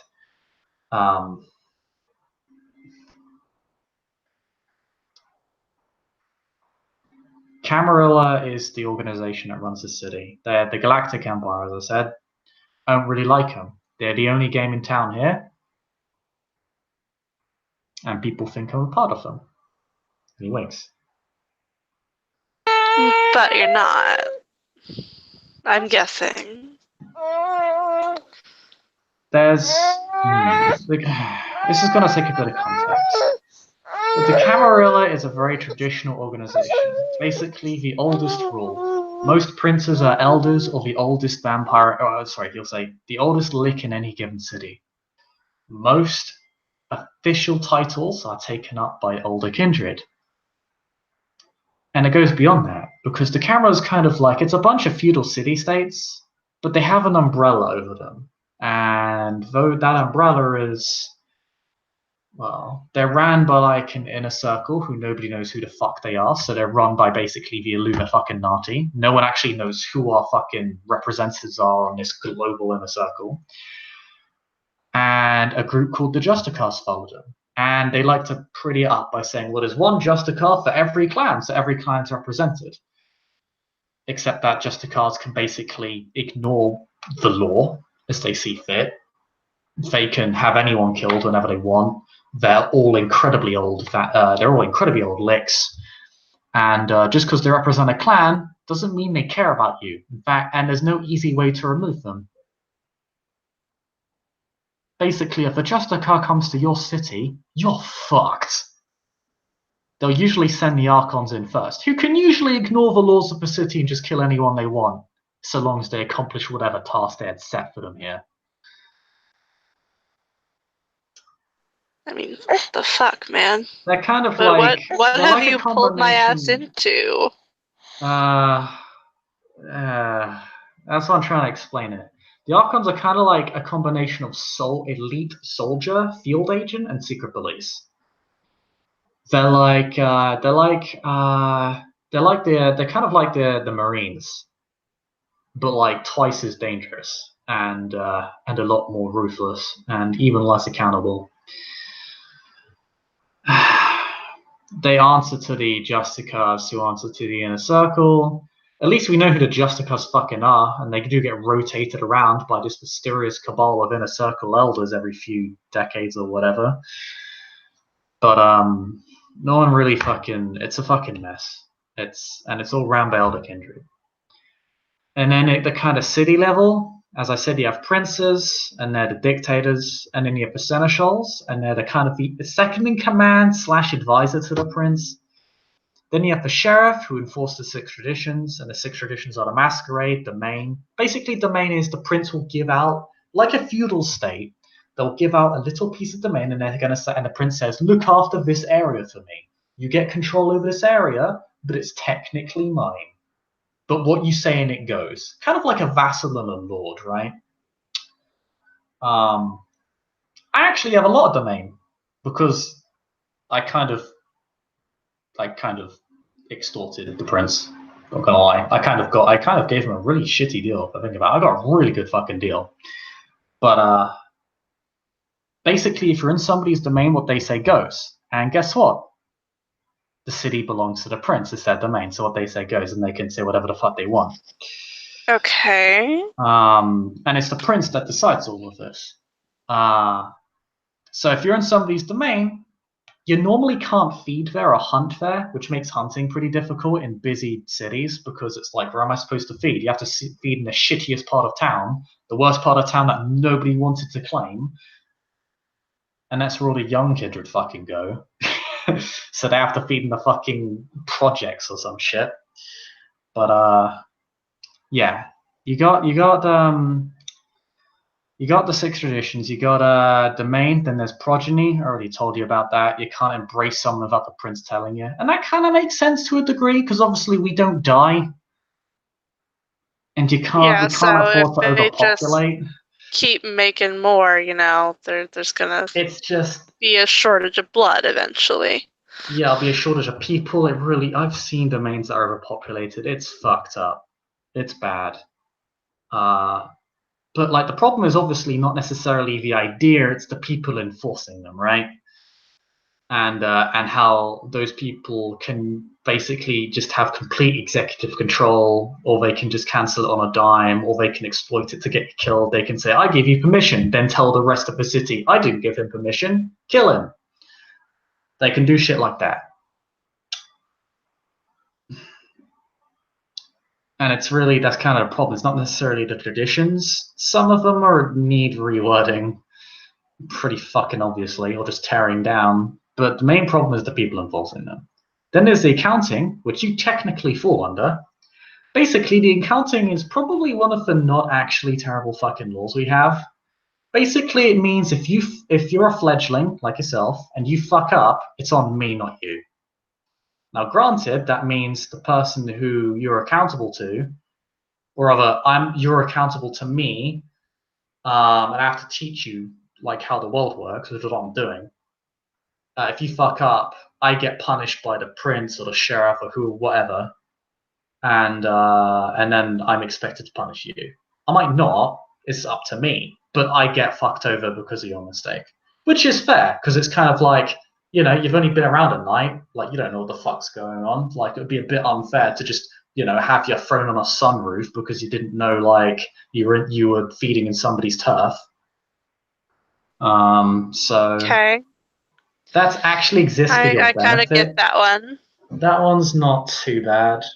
I think every new kindred should have like a period of time where they're taught how shit works. Of course, it also means that there's also a problem with the accounting, and it's the part I get rid of. Basically, you're accountable to me, so while I get punished for your mistakes, you'll also have to do whatever I tell you to do. That's the second half of it. And I'm sure no one's ever used that to their advantage, huh? It usually results in the child being fully bloodbound. The child being the person who's embraced. Oh, ew. Yeah, you're one step bound to me because you took my blood to become a vampire. There's no avoiding that. That just happens. A one-step blood bond, you probably don't feel that different about me. One step ain't bad. One step you can live with. One step doesn't really affect you. You might feel a little bit more strongly towards me, but you can more or less ignore it. It gets bad when you start taking a second and third drink, and we're not going to do that. But yeah. That's kind of the Yeah, no, you couldn't pay my ass enough to, do that, so. Yeah, that's the bad part of fucking accounting. It basically turns the child into a fucking servant, and also serves as a convenient way to get rid of an unwanted sire. And the sire is the person who embraces the human. So I'm your sire, you're the child. With a child with an E at the end. Because reasons. And after accounting, there's hospitality. Hospitality is kind of like fucking immigration control or some sort of border check. Basically, hospitality is you come to a city, you present yourself to the prince there. It's kind of a way of the prince making sure that the city isn't overpopulated, and the prince gets to this. Obviously, you present yourself to the prince, they get to decide whether you stay or not, or whether you can have domain or that shit when you arrive. So it's kind of a way of making sure that the prince knows everybody's in the domain. it also it's also a form of leverage over that person. I get it. It's just, again, it's just been so wildly abused because all of these traditions are so vague. I'm not giving you the old form, because if you were embraced by an old kindred, they'd make you recite old form, and that's just a fucking piss take. There's like verses of this shit. Oh god, what was the fucking oh my god, what was the fucking first one? I can't remember. Old form is a fucking mess. What was it? Fuck. I can't fucking remember. I think it's like I shall not reveal my ties to the So, blood. If I shall reveal of my ties to the blood, I shall have my blood of reclaimeth, or some bullshit. what the fuck? It's literally like fucking fuck. Yeah, foul shall not reveal thy true nature to those not of the blood. Doing such shall renounce thy claims of blood. I can't remember the rest. The Masquerade is the one I remember because it's the one everybody listens to. But yeah, they might make you recite old form. Fuck 'em. This is Ew. America. It's the year 2000. Yeah. What else? What the fuck else? Hospitality, basically. Yeah, basically when you go to a city, present yourself to whoever's in charge. By the way, these are Camarilla traditions. If you head into what's called a Sabbat domain, do not do any of these things. But we don't need to talk about that right now. The sixth tradition is the destruction. Again, very sensible idea. You can't kill other kindred. Unless the prince calls a blood hunt, in which case you're obligated to do it. If a prince calls what's called a blood hunt, you're literally obligated to kill a motherfucker on sight. I don't think so. No, I don't like that. Yeah, fuck it. It's a really old thing that goes back before the camera existed. But yeah, the destruction is usually to facilitate people not killing each other over dumb feuds, because we have a lot of dumb feuds in our lives because we live forever and can't find enough interesting shit to do other than to just shit on each other's shoes. Yeah, that's all six. And those are the Camarilla traditions. Okay. And it's a fucking mess. And that's what the sheriff's enforcing. Then you got the Scourge. Okay. The Scourge hunts down Caitiff, and he's basically a position for assholes. He also kind of works as the sheriff to make sure the domain's borders are like okay, and not like people aren't breaking in and aren't breaking domain, and now people are kind of smuggling themselves in, feeding in a city where they're not meant to be in. And they may or may not have the right of destruction, which means they have the right to break the tradition of destruction, which kind of defeats the whole point of the rule, but there you go. But they also hunt down Caitiff and Finbloods because elders are scared of them because they're cowards. So it's they're kind of like a combination of bully boy and border control. And genocidal fascist, I guess. So you got sheriff. A sheriff might have hounds, and they're kind of like his deputies basically. It's literally like I don't know why they don't call them deputies. Like that makes so much more sense, but they call them hounds. Then there's what else? There's a keeper of Elysium. A keeper of Elysium is okay. What the fuck's an Elysium? It's basically a place where you can't use your powers, hurt or destroy another kindred. You all have to play nice. It's the one place in a city where you can't hurt each other. Okay. You can't antagonize each other. You can't call upon the blood. You can't manipulate somebody's mind or their emotions. You can't act with violence. Of course, as soon as you leave the Elysium, everybody's fair game, apart from killing each other. So Yeah. But the Keeper of Elysium is basically the person who maintains it, and they're the person in charge of Elysium. So they get to decide whether you get to come to Elysium. Some domains have Elysiums where only elders get to go there, but to be fair, most Elysiums are open. They're usually more events than places, but some are more places than events. Basically, a keeper gets to designate what place is in Elysium, whether Elysium is to be held, whether Elysium can even be held if they're not there, and if you don't play ball with them, they get to kick you out. They're basically like the referee of Elysium. You know, they get to call. They basically get to decide when you're playing foul. Okay. But usually that means violence, discipline use, or directly trying to antagonize someone or cause frenzy. You can be a bit of a dickhead, you can call someone a prick in Elysium, of course. I do it all the time. But you can't try and push them to frenzy. There's a bit of a difference between calling someone out and deliberately following someone around, lurching over their shoulder, insulting them constantly, you know. So basically, inciting frenzy, violence, discipline use, kind of the big three things not to do in Elysium. And that's kind of the basic standard people follow. It's a tradition older than the Camarilla, from what I'm told. It's probably one of the few decent ideas they have, just a place where you can just feel safe. Also, try not to come to Elysium hungry. Sometimes they'll have refreshments. I don't know if I think ours do. I need to get blood on tap at some point. I need to work on that. But yeah, that's what a Keeper of Elysium does. And what else? Titles. And all these are fancy titles, and anybody who holds a title is more important than you, and they get to yell and boss you around and be assholes. And you're expected to show them respect and blah, blah, blah. That's fucking great. Yeah, I mean, the Keeper's probably the least problematic. They're just there to look after the Elysium and just... By the way, Orlando does not have a keeper. Yeah. Oh, yeah, no.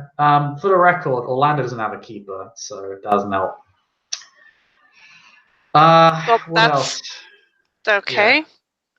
And you got and then I think the last real title, two titles, you got Primogen. So Primogen basically represent a clan. They're kind of the leaders of their clan. And they kind of serve as a go-between between the clan and the prince, because heaven forbid the prince actually talk to his subjects or the neonates or people not of his clan. Heavens no! So the Primogen do that for them. And unsurprisingly, Primogen are usually pretty old. The Primogen basically make up, the propaganda would basically be they represent the wisest and most capable of their clan. Usually they're just they're the oldest and the strongest.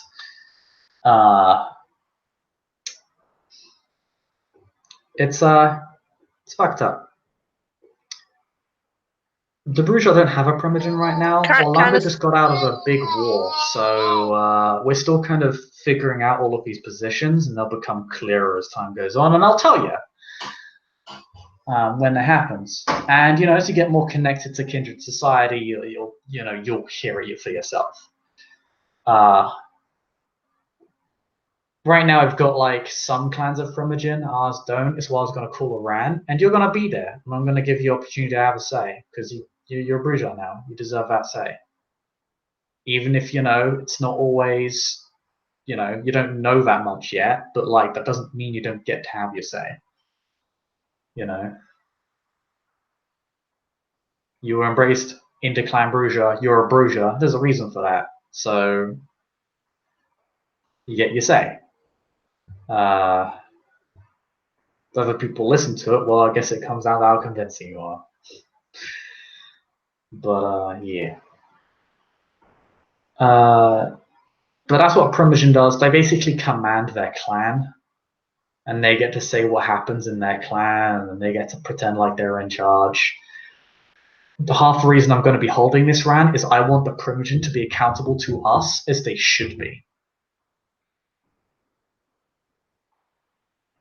Because the way most Primogens work is that you're accountable to them, not the other way around, even though the whole point of a Primogen in theory, again, as the elders would state, is to give your clan, give you representative, a voice in court. That doesn't happen most of the time. Usually, the Primogen gets a voice in court, and everybody else can go fuck themselves until they toady up and bootlick the Primogen enough. That's not going to happen in the city. The Bruja Primogen will be accountable to the Bruja.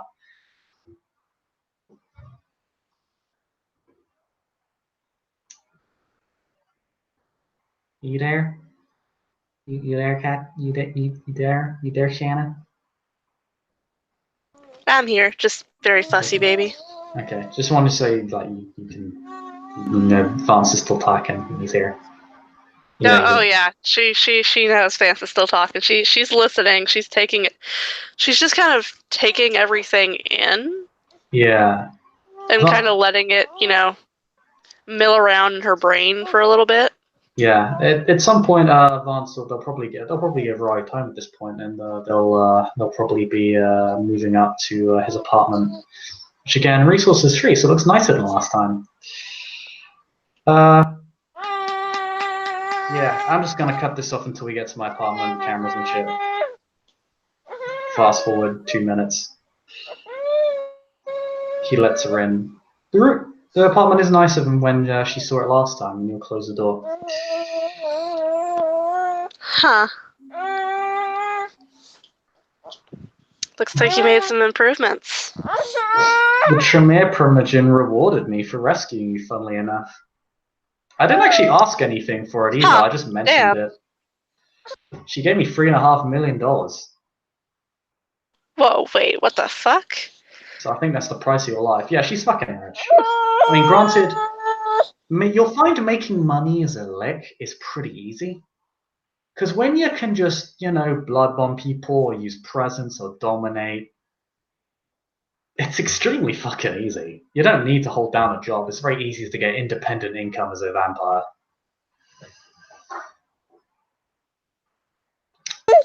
I mean, I've also got a pretty, hefty trust fund. So Dad's gonna be looking for you during the day. That's gonna be a fucking mess. But now that you know he's a fucking asshole who traffics people and is probably whole into the whole fucking sex slave trade and all that shit. Probably done with that whole shit show to begin with anyway. Giovanni aren't gonna wait on it though. They're gonna take that over.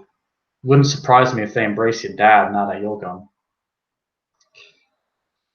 Oh, that's real fucking pleasant. We might want to dismantle that operation before it gets moving. You know what I mean?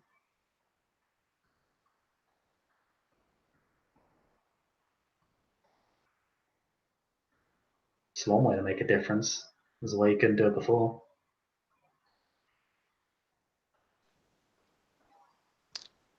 How?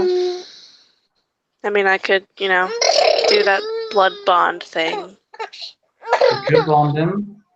He is kind of a scumbag.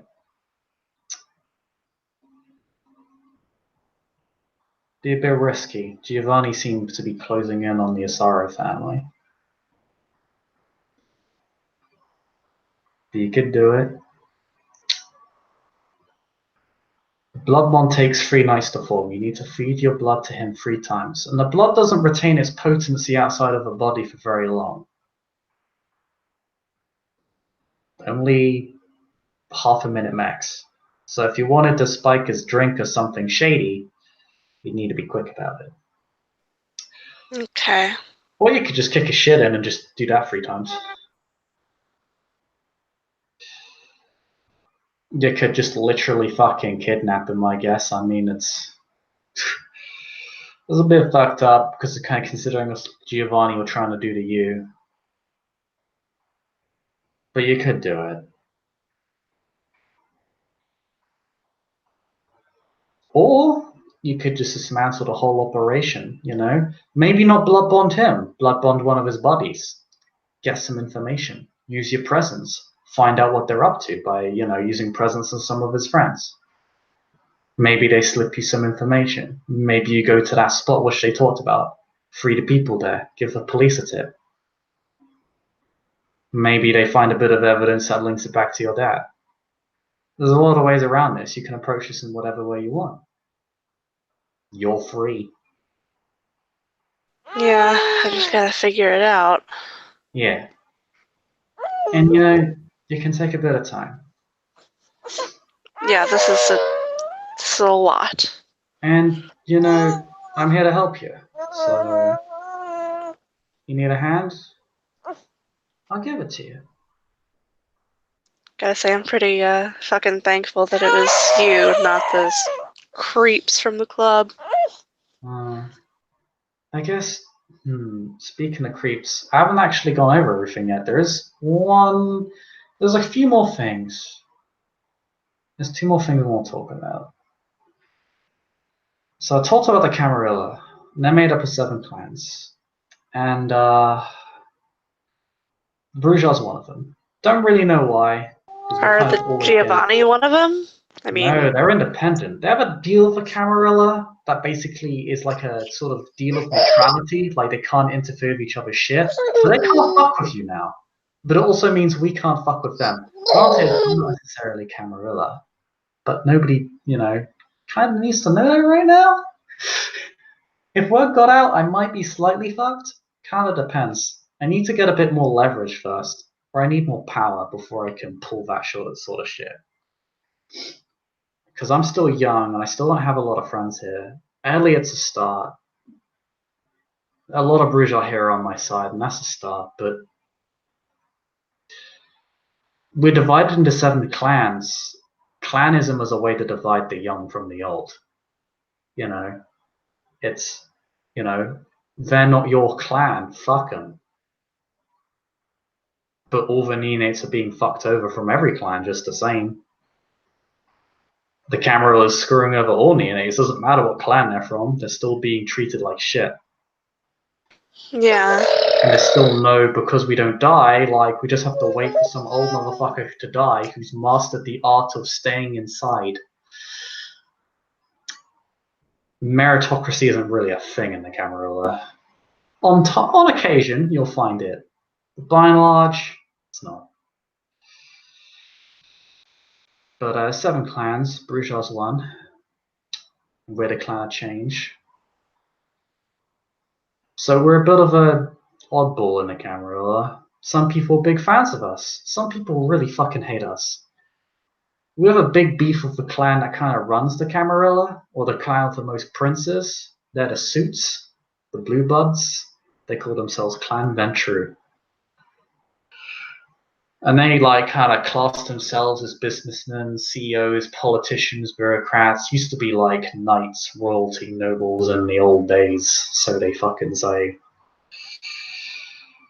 And they kind of, they're all about law, order, loyalty, traditionalism. They kind of formed the basis of the Camarilla and how princedoms work.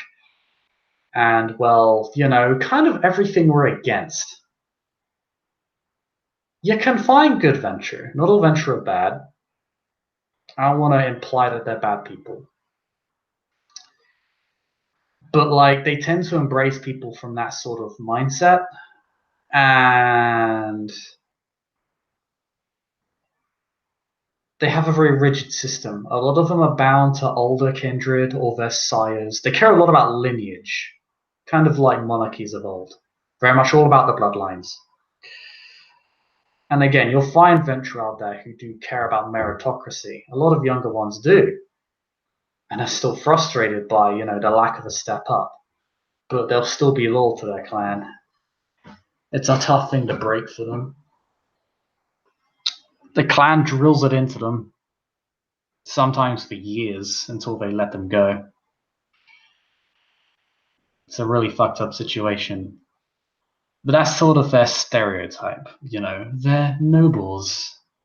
And they're obligated. They have noblesse oblige to aid all wayward kindred. Jeez. Wayward kindred being anyone that's not Ventru. Damn. But they have their own Sound like problems. a bunch of fucking dicks. Most of them are, but I don't want to rule them out. It's a stereotype. Not all of them are bad. I know Ventru who broke the mold. Some of my closest friends were Ventru. They ain't all bad. Just a lot of them are. The old ones, though, they're the problem. They're the reason we're in the fucked up situation we're in. They made this fucking mess. They want to claim leadership but not take responsibility for their mistakes. But that's the Ventrue. And they're very good with people. They have the whole presence thing like us. They're not as strong or as fast, but they're tougher. Fortitude, they got it. They can. We throw punches, they can take them. They also have the power. You know the whole vampire mythos thing where you meet eyes with someone and you can control their mind, make them do things. Yeah, They can do that's kind of that. a common trope for vampires lore. They can do that rather than they have the ability to manipulate not just the emotions but the mind. It's called dominate. I mean, they can even mess with apropos. your memories if you give them an opportunity. Be careful. Be careful of meeting eyes of adventure.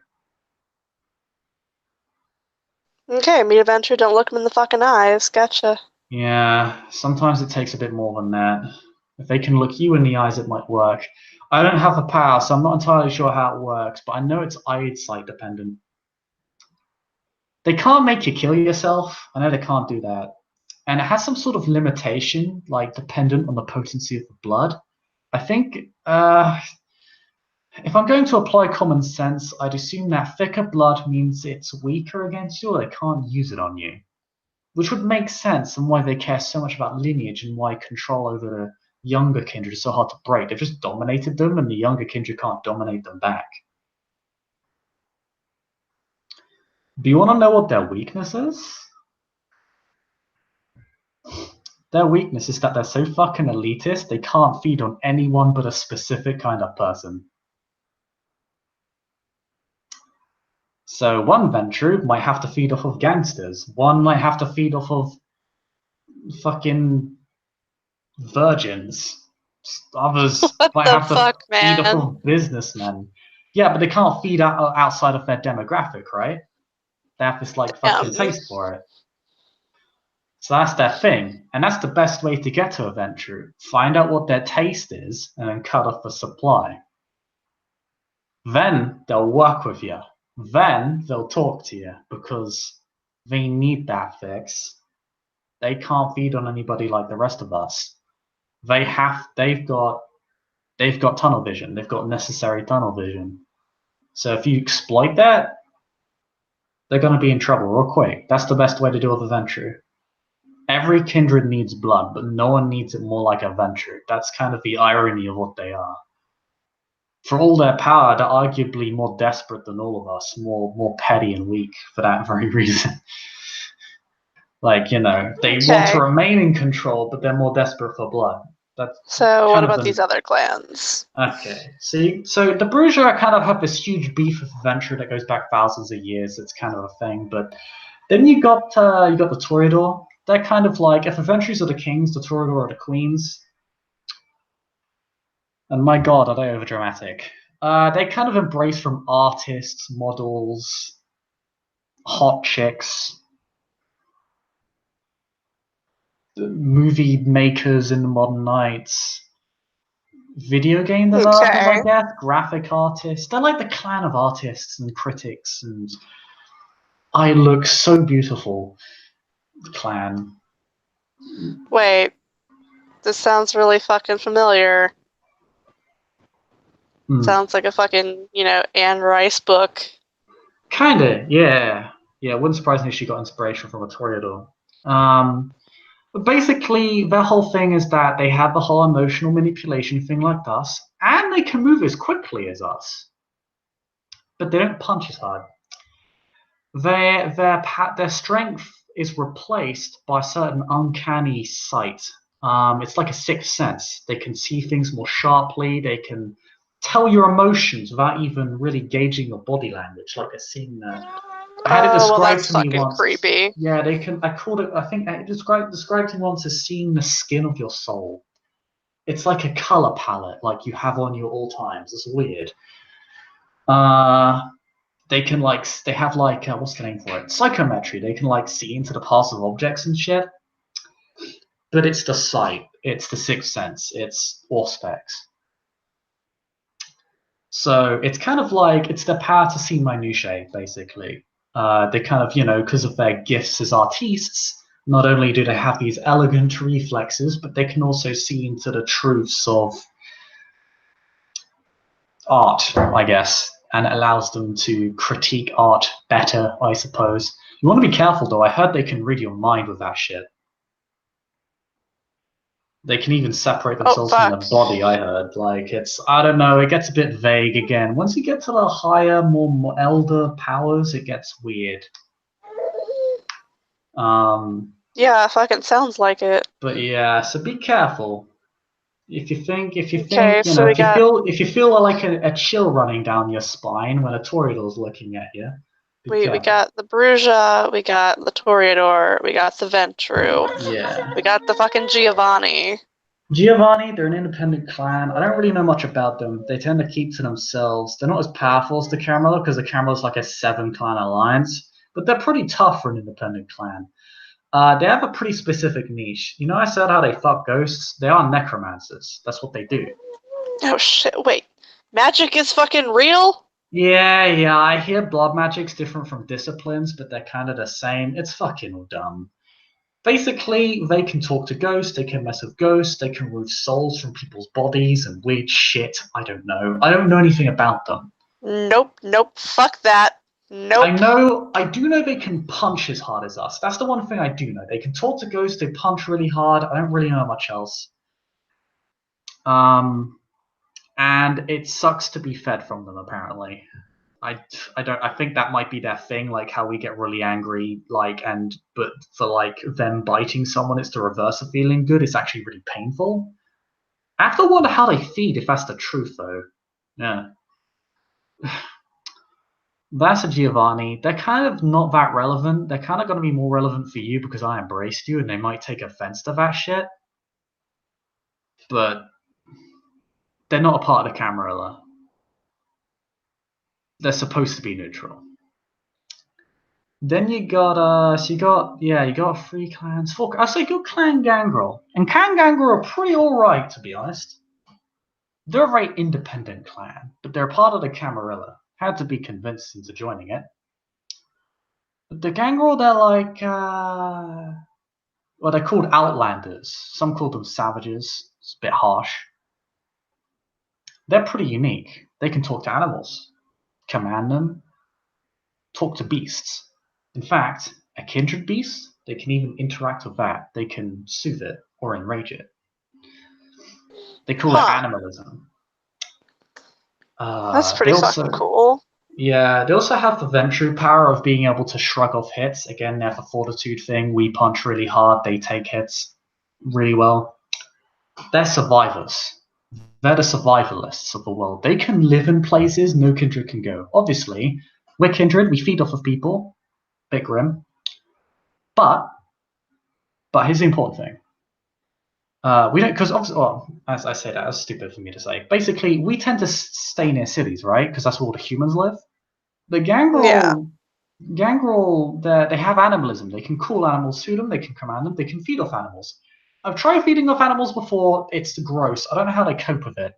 It's not just that. The Gangrel can have another power. Their third power. It's unique to them. Specific. They guard it pretty closely. They can shapeshift. Like vampires turning into wolves and bats, that's them. But Oh I've heard shit, they can do more. that's They can pretty turn fucking into cool. like birds, fucking bears, foxes, dogs. Fuck, I bet there's like a shark gangrel out there somewhere. I mean, down here that wouldn't be too terrible. You want to be really fucking careful when a gangrel grows claws, though. You know how I said fire hurts? Yeah. So I told you we can heal like damage. Like when sunlight and fire hits us, normally we can heal off damage pretty easily. It just takes a bit of blood. Fire and sunlight take a really long time to heal off. It's unnatural to us. It takes us like so much more blood. It's exhausting. Just healing off a single wound of fire or sunlight can make us hungry. You want to make sure you're well fed before you heal off that sort of damage. The burns will take a while. They'll take days. It's almost like you're a human again. If a gangrel grows claws, same shit. And most gangrel can grow claws. If a gangrel grows claws, he's either making a point and trying to scare you, or he wants to kill you. Oh, that's fucking great. I'll make a mental fucking note of that. They don't really hit hard as us, it's just that the damage they do sticks. It fucking sticks, and it's not easy to absorb. Like I can take a knife to the chest. A gangrel sticks a claw in my ribs, I'm fucked. I can't handle that. I'd need Kevlar for that shit. I'm going back to the human strategy of just wearing fucking plate mail, because fuck that. So yeah, gangrel are pretty tough. They can do damage that lasts, and they can take a lot of damage too. And they can talk to animals, and they're pretty independent. They're pretty open-minded. They just leave people to their business. They're pretty territorial, but they're good people. They stick to their word. They know what it's like to be on the shit end of the stick, and they're generally honest people. You might find a few bad eggs among them, but every clan has those. Gangrel, generally pretty straightforward. They want to survive another night. That's their main priority. And if they're wanting to do more than that, well, maybe you can work with them on something. They believe in something like us. Because most kindred just want to advance their own interests. Even a gangrel just trying to survive is technically advancing their interest. It's just on the base level. But yeah. That's Clan Gangrel. And to be honest, Clan Gangrel, as I said, fairly straightforward. They don't have a lot of powers. Oh, pardon. You need to go to bed. It's like super fucking late. I'm almost done. It's fine. Okay. Next up is, let's see, who the fuck else? You got the Tremere. The princes of Tremere. I don't have much good to say about the Tremere. Their culture is that of a pyramid scheme. They're fucked up. They're ultra super duper loyal to each other. Don't try and get them to act against each other. They'll just fuck you over in concert. They work with a Ventru. They're like arguably even more tight-knit than the fucking Ventru in how loyal they are to the Camarilla. They are ultra traditionalists. They're fucking bad news. And they're blood magicians. You never really know what a fucking Tremere can do. They're pretty fragile. I don't like this concept that fucking magic is real. So yeah, let's just not know. Some can like take blood from you from a distance. Other can throw fireballs. Some just like lift you up like fucking Jean Grey. It's no one really knows what that is. They call it thaumaturgy, but it's not well defined to anyone outside their little pyramid. They're ultra secretive, ultra traditionalist, and they're all in some sort of it's a really fucked up pyramid scheme. I feel sorry for those at the base of the pyramid, but there's not a lot you can do for them. There ain't many of them that's free of that slavery. And most of the time, you try and open up to one, they will just betray you and fuck you over. They ain't good news. You can work with some of them as long as you're not trying to just. You can work with them in the sense that, like, if there's a common goal, like, oh, there is a bad guy over there and we both hate that one bad guy, then sure, whatever. But don't try and build something together, because they'll tear it down to make place for their pyramid. That's what they'll do. It sucks, it's sad. I hope it can be torn to pieces one night, but it ain't tonight. They can dominate people like Ventru, and they can see things like the Toreador. But they're kind of like, yeah, like a lot of fucking wizards. They don't wear heavy armor. They're pretty fragile. You punch them hard enough, they'll fall over. That's their main flaw. And I heard they're kind of like our thing, like how we get mad. They tend to they're very easily bloodbound. Again, they're easily chained. They get bloodbound a lot faster than the rest of us or something. Huh. Yeah, it's messed up.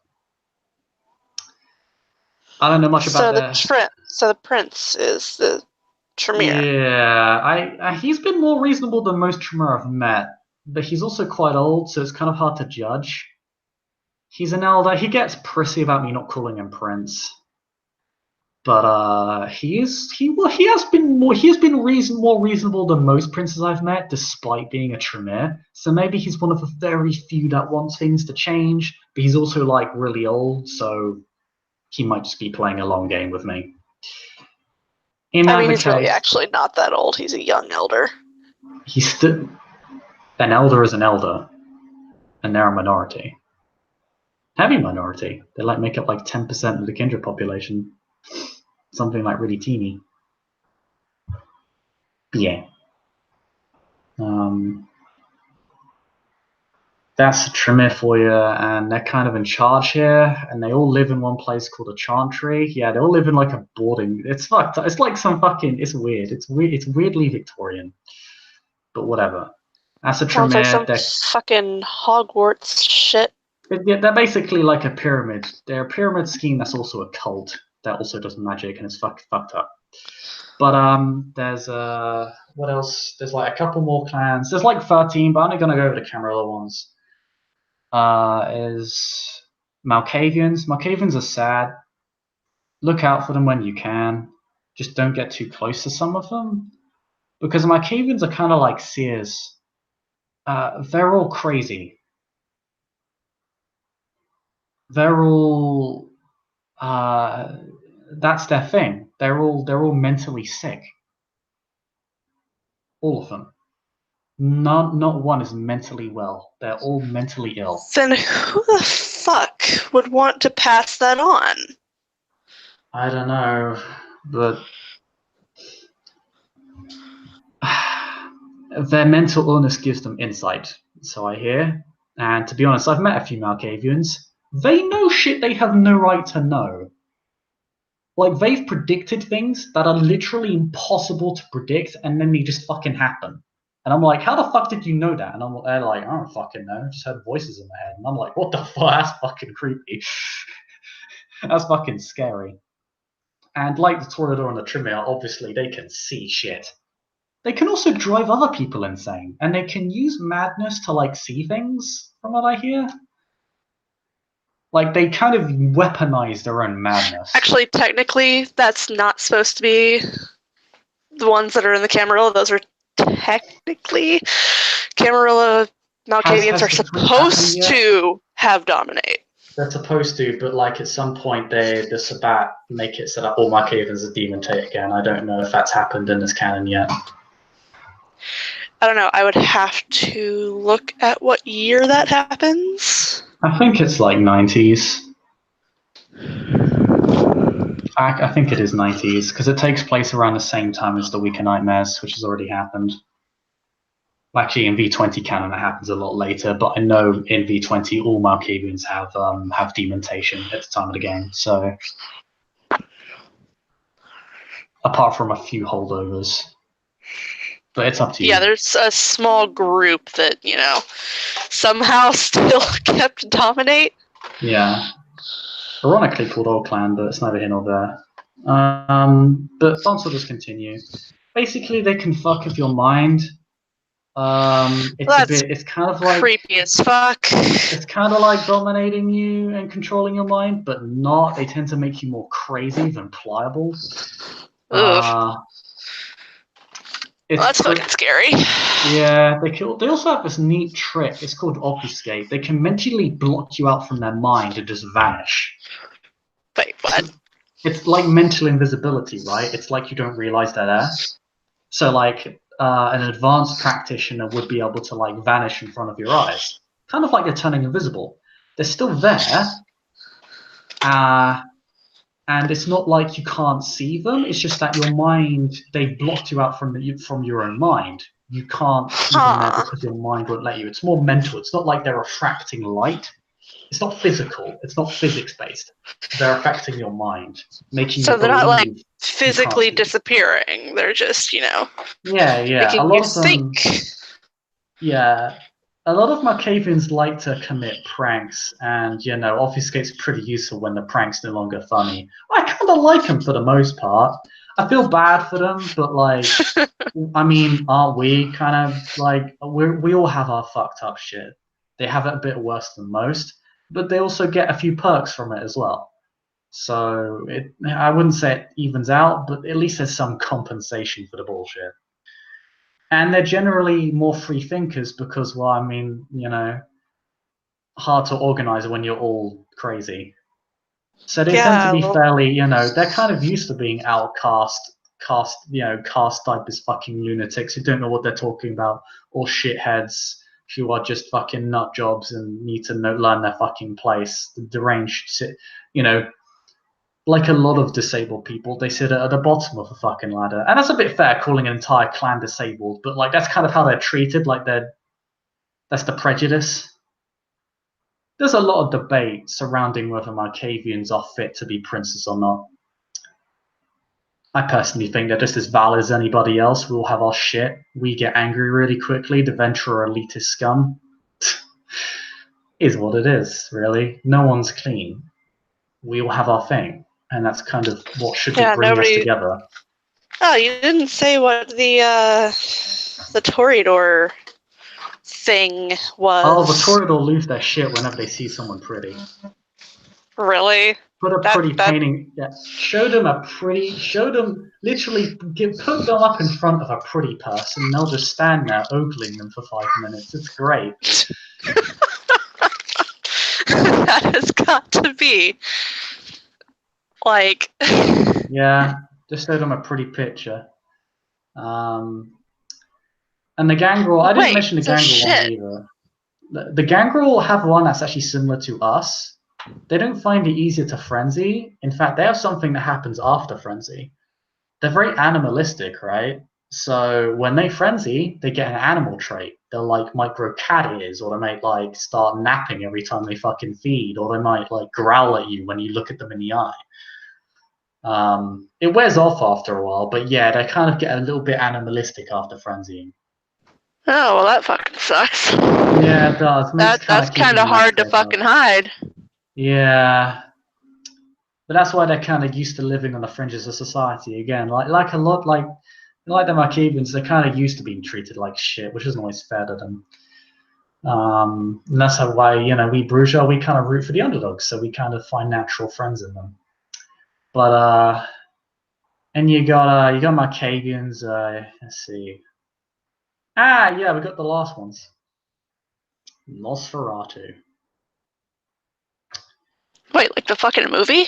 Yep. Guess what their weakness is? Their frailty. I'm assuming, considering how fugly. Yeah, the Markavians are ugly on Warlock the was in the inside. movie. Yeah, they're like what the Markavians look like on the inside. Oh shit. Yeah. So They they do fucked have up. that. Yeah, they have the same power that the Markavians have. In fact, many think they invented it, the one to hide, disappear from view. They can even change their appearance, make you look like they look like something else. Sorry, make you think they look like something else. So, they might, obviously they look horrible. It's part of that thing. But they could make you think they look like the prettiest young lady who just hopped off the train. God damn. Yeah, it's cute. Talk Pretty about, useful. that shit don't waking work on up to a cameras, though. mistake. Damn. Yeah. But and like Gangrel, they can talk to animals, and they can, like us, they can actually hit pretty hard. They're like ambush predators in a way, but they're also how to say, they know what they are, so they tend to hide from the world. They I can get kind of that. they're very tight knit. So what they've done, kind of for their little culture, is that they all know each other. They're like we work to help each other. Fuck everybody else. First sign of trouble, get out of there. They don't. They're kind of jumpy. There's a few reasons for that. One is that obviously because they have to hide from the world, any sign of trouble could mean that they're afraid they've been discovered, which is so they get out.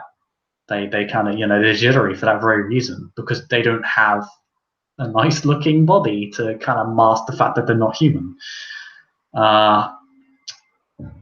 and they've all holed themselves up in a place that in cities they call it warrens. They basically live in the sewer systems. They kind of build out like these Which, by underground the way, in fortresses. Florida is nigh impossible. Yeah, they kind of Because build we don't out. have sewers for the most part in Florida. Yeah, but there Because are most places use septic tanks. they can use underground systems though. They can like build out underground bunkers and shit for themselves. Or like maybe they just live on the surface like most skins do. So how's that fucking work in Florida? Because, I mean, we ain't got, like, I don't know. sewers and shit. Finding an Nosferatu is fucking hard. They are information brokers to a man. They can. Here's what I basically say. If it can be written down, or if there's any semblance that it can be found through okay, if there's evidence for it, a Nosferatu can tell you. Use a Damn. Malkavian for everything else. Basically, it's if like for example, if I like stored something on my computer, and or rather somebody had like some fucking a floppy disk or some shit. I needed a floppy disk that had this information on it. I'd be like, Nosferatu, I need you to get me that floppy disk. And they're like, absolutely, pay me this thing. I'm like, whatever. Great, they can get me that. But if I put like a message in a bottle, then buried it, and I knew nobody was anywhere near me, and I just buried it in the middle of the wilderness, no one was there, no one can find this bottle. Like, even reading my mind, like, I've forgotten. Even reading my mind wouldn't tell you where it is. So there's no way to find it. A Malkavian could find it. So basically, That's pretty fucking impressive. if it's something nobody has any right to know, use a Malkavian. If it's something you might be able to know, but you just can't find it out, use a Nosferatu. Nosferatu are that's kind of a thing they've kind of claimed for themselves. They know everything that goes on in a city. They'll probably know what you want before you even approach them. They're a little bit creepy.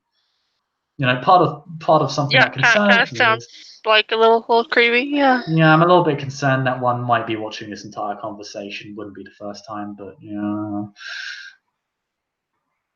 Yeah, be careful when you go out feeding. Don't make a fuss, because, if anybody's likely to find out you're on a city without the prince's say so, it'll be a Nosferatu, and they will rat you out for fucking profit. Or they'll at least consider it. They might come to you and extort you first. It's kind of like, Oh, kind of that's depends on fucking how much they think great. they can blackmail you. Yeah, of course, because they look so ugly, the Toreador fucking hate them. And like a lot of and a lot of them get treated like shit too, but a lot of clans kind of begrudgingly respect them because they're necessary. Like, they kind of control information flow. So it's kind of like they're kind of in this weird sort of lower to middle class sector of our society. But that's them, and that's all the 7 clans of the Camarilla. And well, yeah, the Camarilla are the only game in town right now outside of the Sabbat, and they're just evil. So, and not even a game. They lost. They dead. So, I'll tell you about them later. Okay. I really want to tell you about the Anarchs, but it's kind of late. And the Anarchs, well, I'm one. And Okay. Guess that makes me one too. kinda, Because I'm with if you. you want to be. You can always choose not to be. We're in this together. Okay. In it together.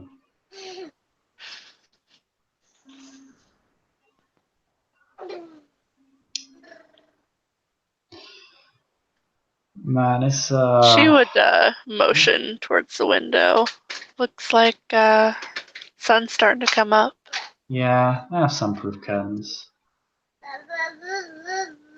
Should probably get some sleep, I guess. Yeah. Come on. You're about to have your first day nap.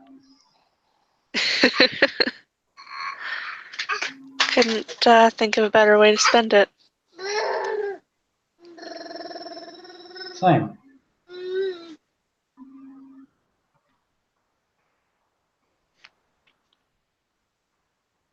I think that's a good place to call our scene with them heading off to bed. Yeah, just going to sleep because, sunlight sucks. Yeah, thank you players for playing. Thank you watchers for watching. This has been another scene for Unmask Orlando. See you next time.